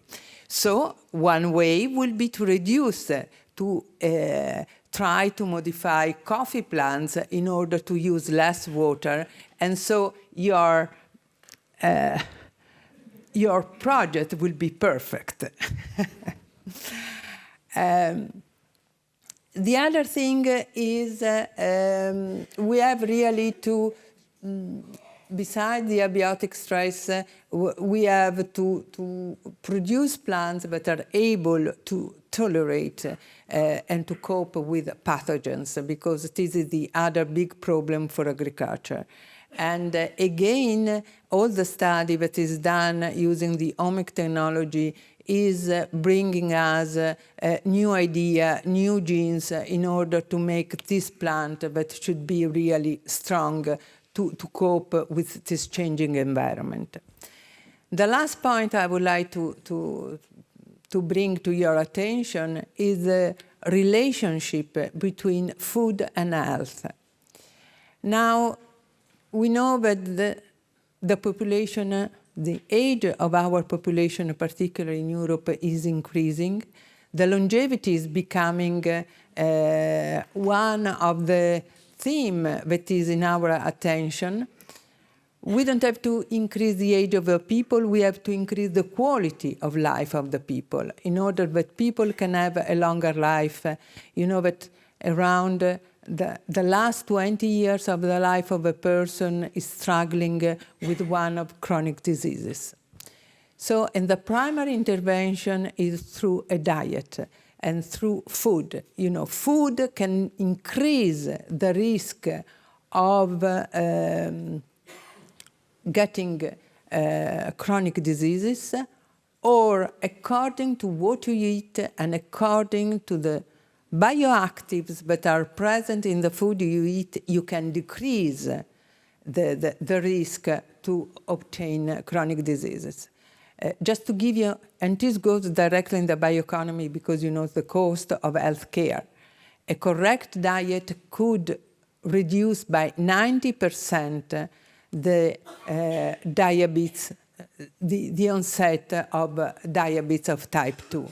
And to have diabetes, you know, is highly cost for the health system, but is also a very poor quality of life for the person who has a diabetes. So how to do it is, first of all, okay, education for the people to know how is the correct diet.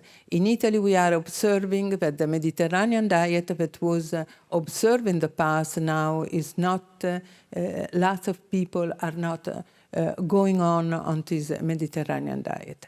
But science can do something different. We know by different studies that in the food there are some what we call bioactive, some molecules that are really protective. And so one main stream of work is to increase the level of bioactive in the food you are eating. And I work mainly on anthocyanin, and let me tell you this because I like very much. Anthocyanin are this red pigment you find in blueberries, you find in the red salad, you find in the red wine. And these anthocyanin are very protective, and are protective along all the chain.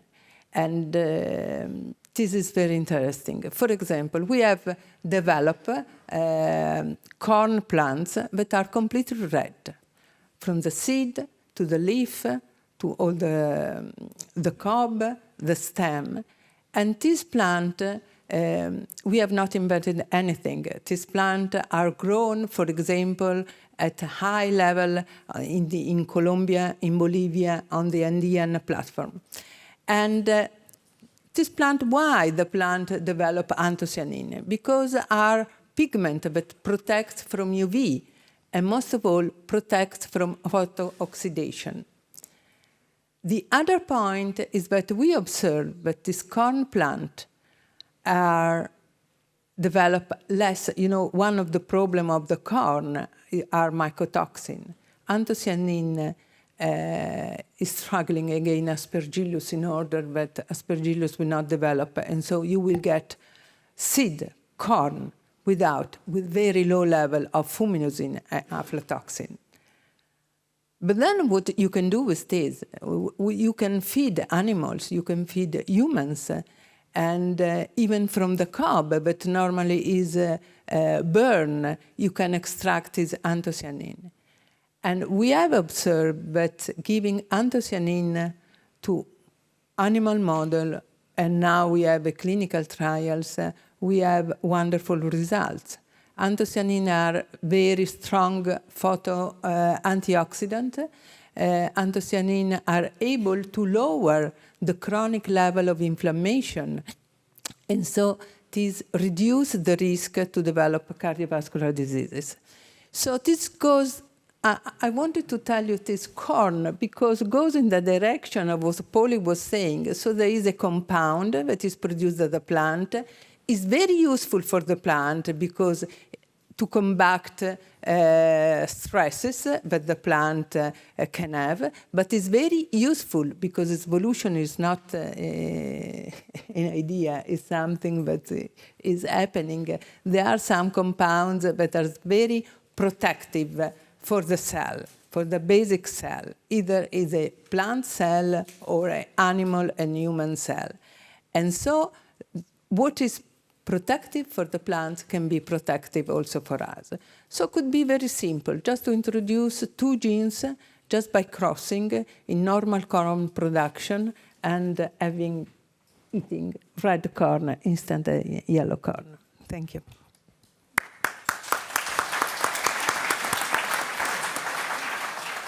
Thank you. That had been a very good example, the last one, of the complementarities on what we wanted to deepen our understanding here. And I'm sure there are many, many other cases. That is the beauty of the bioeconomy. You know, we always had the bioeconomy on our planet, but we have a new bioeconomy now because we have a tremendous knowledge which we simply should systemically and systematically use. And that's why I think that was a very, very good complementing example to what Paul had said. We're coming to the end. It's now Dr. Stephen Stone, the chief of the UNEP in Geneva-based UNEP Economics and Trade branches of this organization. And he is giving us some information on the so-called Green Initiative of UNEP. And as I said before, I would love that dialogues could be started between the climate change people in the United Nations, you know, with preparation of post-Kyoto, etc., and the bioeconomy people.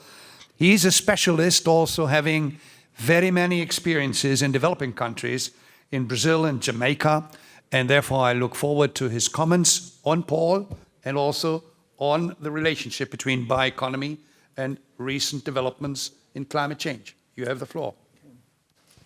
Thank you very much, Chair, and thank you, Gunther, for that electrifying speech. I'm still digesting it. You called it food for thought and food for reflection. I'm really blown away because the depth of innovation and inspiration that we heard, frankly, I think we could reflect on for the next days. And certainly you have the day in front of you to reflect on it. And I think this panel hopefully will contribute to taking that reflection forward in a way that is productive. Because really we don't have time to reflect too long. We don't have too much time for feasibility studies, to borrow a phrase from Gunther. And I guess my message to you today from the United Nations Environment Programme is that when you step back and you look at where we are historically at some of the environmental challenges, and what traditionally has been called an environmental challenge is seeping into our everyday life. It's seeping into our everyday lives. The climate, which you asked me to comment on, Christoph, we passed some very major milestones last year in 2013, actually 2012. I don't know how many of you caught this, but the first readings of concentrations of carbon, of CO2 in parts per million, surpassed 400 parts per million, 2012, 2 weeks before the conference of Rio Plus 20. Didn't make any news, very few people caught it. The global average concentrations hit 400 in 2013. It didn't make the front page of the New York Times. The Wall Street Journal caught a little bit of it. Why is this important?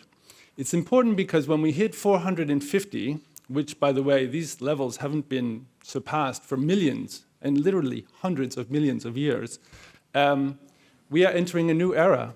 The game changes. The rules change. Agriculture changes. Precipitation changes. The climate changes. The essential public good, the climate, essential for all forms of life, changes.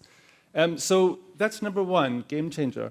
And then, Christoph, if we take that back to the bioeconomy, then immediately you think about land, you think about water, you think about DNA, the genetic stock, biodiversity, some of the things you were touching on, Gunther. And again, the statistics are just truly, truly alarming. As some of you may have seen, WWF released a report last week saying in the past 40 to 50 years, we have reduced biodiversity levels almost by 50%. In the last 40 to 50 years. It is truly astounding. And so it begs the question, are we really geared for sustainability? Are we geared for prosperity with our current models? And that's where I think the gem inside of Gunther Pauli's speech is. It is challenging us to rethink our conventional production models. And I think for this audience in particular, since you are the ones who are producing wealth through the bioeconomy, have a very special challenge because it's not business as usual. The Chicago School recipe won't do it anymore, neither the Harvard Business School. It's not just about reducing costs. And part of the reason this is so is because the costs are not fully evident. The costs are sometimes invisible. And I think to many of you, this is probably intuitive. You recognize that some costs are borne by society. They're off-farm, for example. Let me just share a couple of statistics with you. China has grown exceptionally over the past decades. Hundreds of millions of people have been lifted out of poverty in the past 20 years. At what cost? We now know from China that 1/5 of their total arable land, 66 million hectares, are contaminated. They're not fit for production anymore. 60% of the groundwater is not fit for human consumption. What is happening to the total stock of wealth in China? What is happening to the total stock of wealth in Europe? This is the essential question, and I think we just need to challenge ourselves as we think about the bioeconomy as a solution to wealth creation, about how are we producing growth, how are we producing sustainability, and more fundamentally, what is the role of the private sector in achieving that? Because I think you asked some very good questions, Gunther, which is, there is a policy framework, but essentially it comes down to innovation that will be led by investors and by the business community. And that's you all, that's all of us. So a very interesting challenge in front of us. Gunther and Christoph, I won't talk more about the green economy because to me it is nomenclature. Let us not get lost in nomenclature. Let us focus on sustainability. It is our future. Thank you. Well.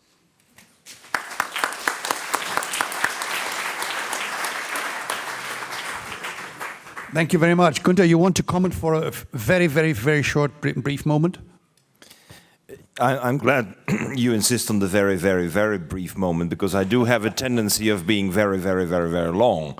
I'm glad you say that. And I recognize some of my deficiencies. But what is very important, I need to point out, my book, The Blue Economy, was co-sponsored by UNEP.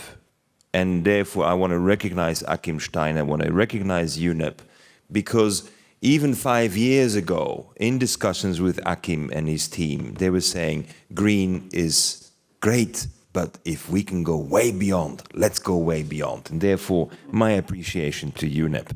Second, I would like to just talk about New Zealand for a moment. I had the great pleasure of visiting sheep stations on the Southern Island, and there's nothing more gorgeous than to be at the sheep station. But what I've learned, and this may not be very appetizing to some of you, but lunch is not close, it's only coffee. What I thought was so appetizing is when I saw dead sheep and the flies were eating the sheep, not the flies, the maggots were eating the sheep. And of course the farmer was only interested in getting the skin. He wasn't interested in the rest. Now, today, one of our bio-based economy that we have already installed in South Africa and Cape Town, that we have installed already in Benin, and that we now have starting in the Netherlands and starting in France, is the maggot economy. Maggots. Because you have 1 kilogram of eggs of flies, and within 3 days you have 740 kilograms of pure protein.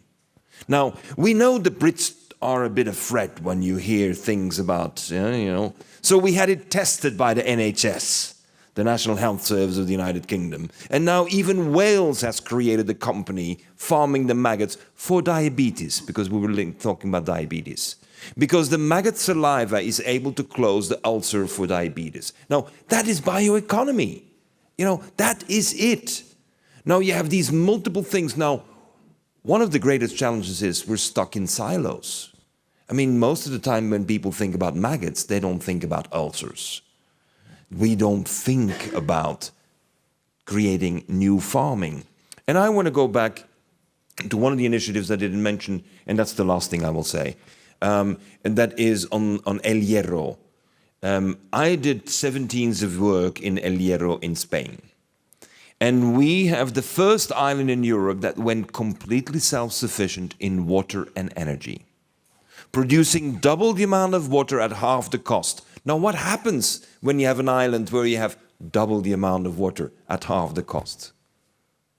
You have, again, a slaughterhouse. You have, again, a yogurt factory. You have, again, a cheese factory. You have, again, bananas being farmed. You have, again and again and again. And what we've noticed on this little island is that by having a visionary renewable energy concept with a new business model where water and electricity is put into one business, we have the first sector of the economy taking off. We have industry taking off. And Europe is not going to be made by having 1, 2, 3, 4, 5 huge initiatives.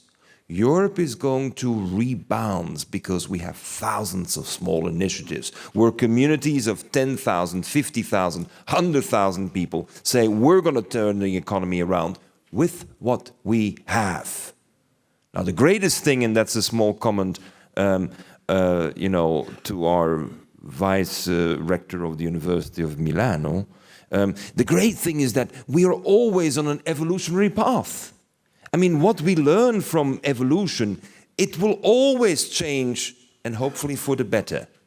Now, we have to deploy our intelligence to ensure it goes for the better and not for the worse. Thank you.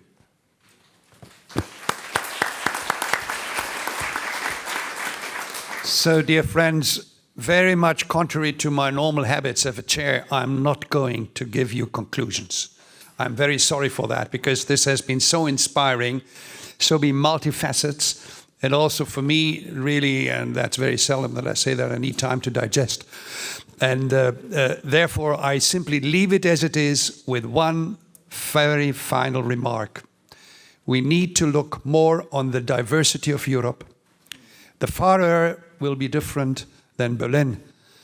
And in Sicily and Crete, you will have a different situation than probably in Birmingham. And what I think is very important is to look on the rural areas, Gunther, as you said. But don't forget, in 25 years, the problems will be in the huge urban agglomerations. And there we just start to get the bioeconomy to cope with that. And my second remark, it's not only the diversity on which we should look, but also more than before on the primary production, and here on the traditional issues of water and soil. In PPP, for example, bio-based industries, the primary production is not very well represented up to now, and we'll have to rethink that. These are the only conclusions I personally am drawing from this excellent panel. For you, it should be food and wood for thought, and now coffee. Thank you very much to the panelists.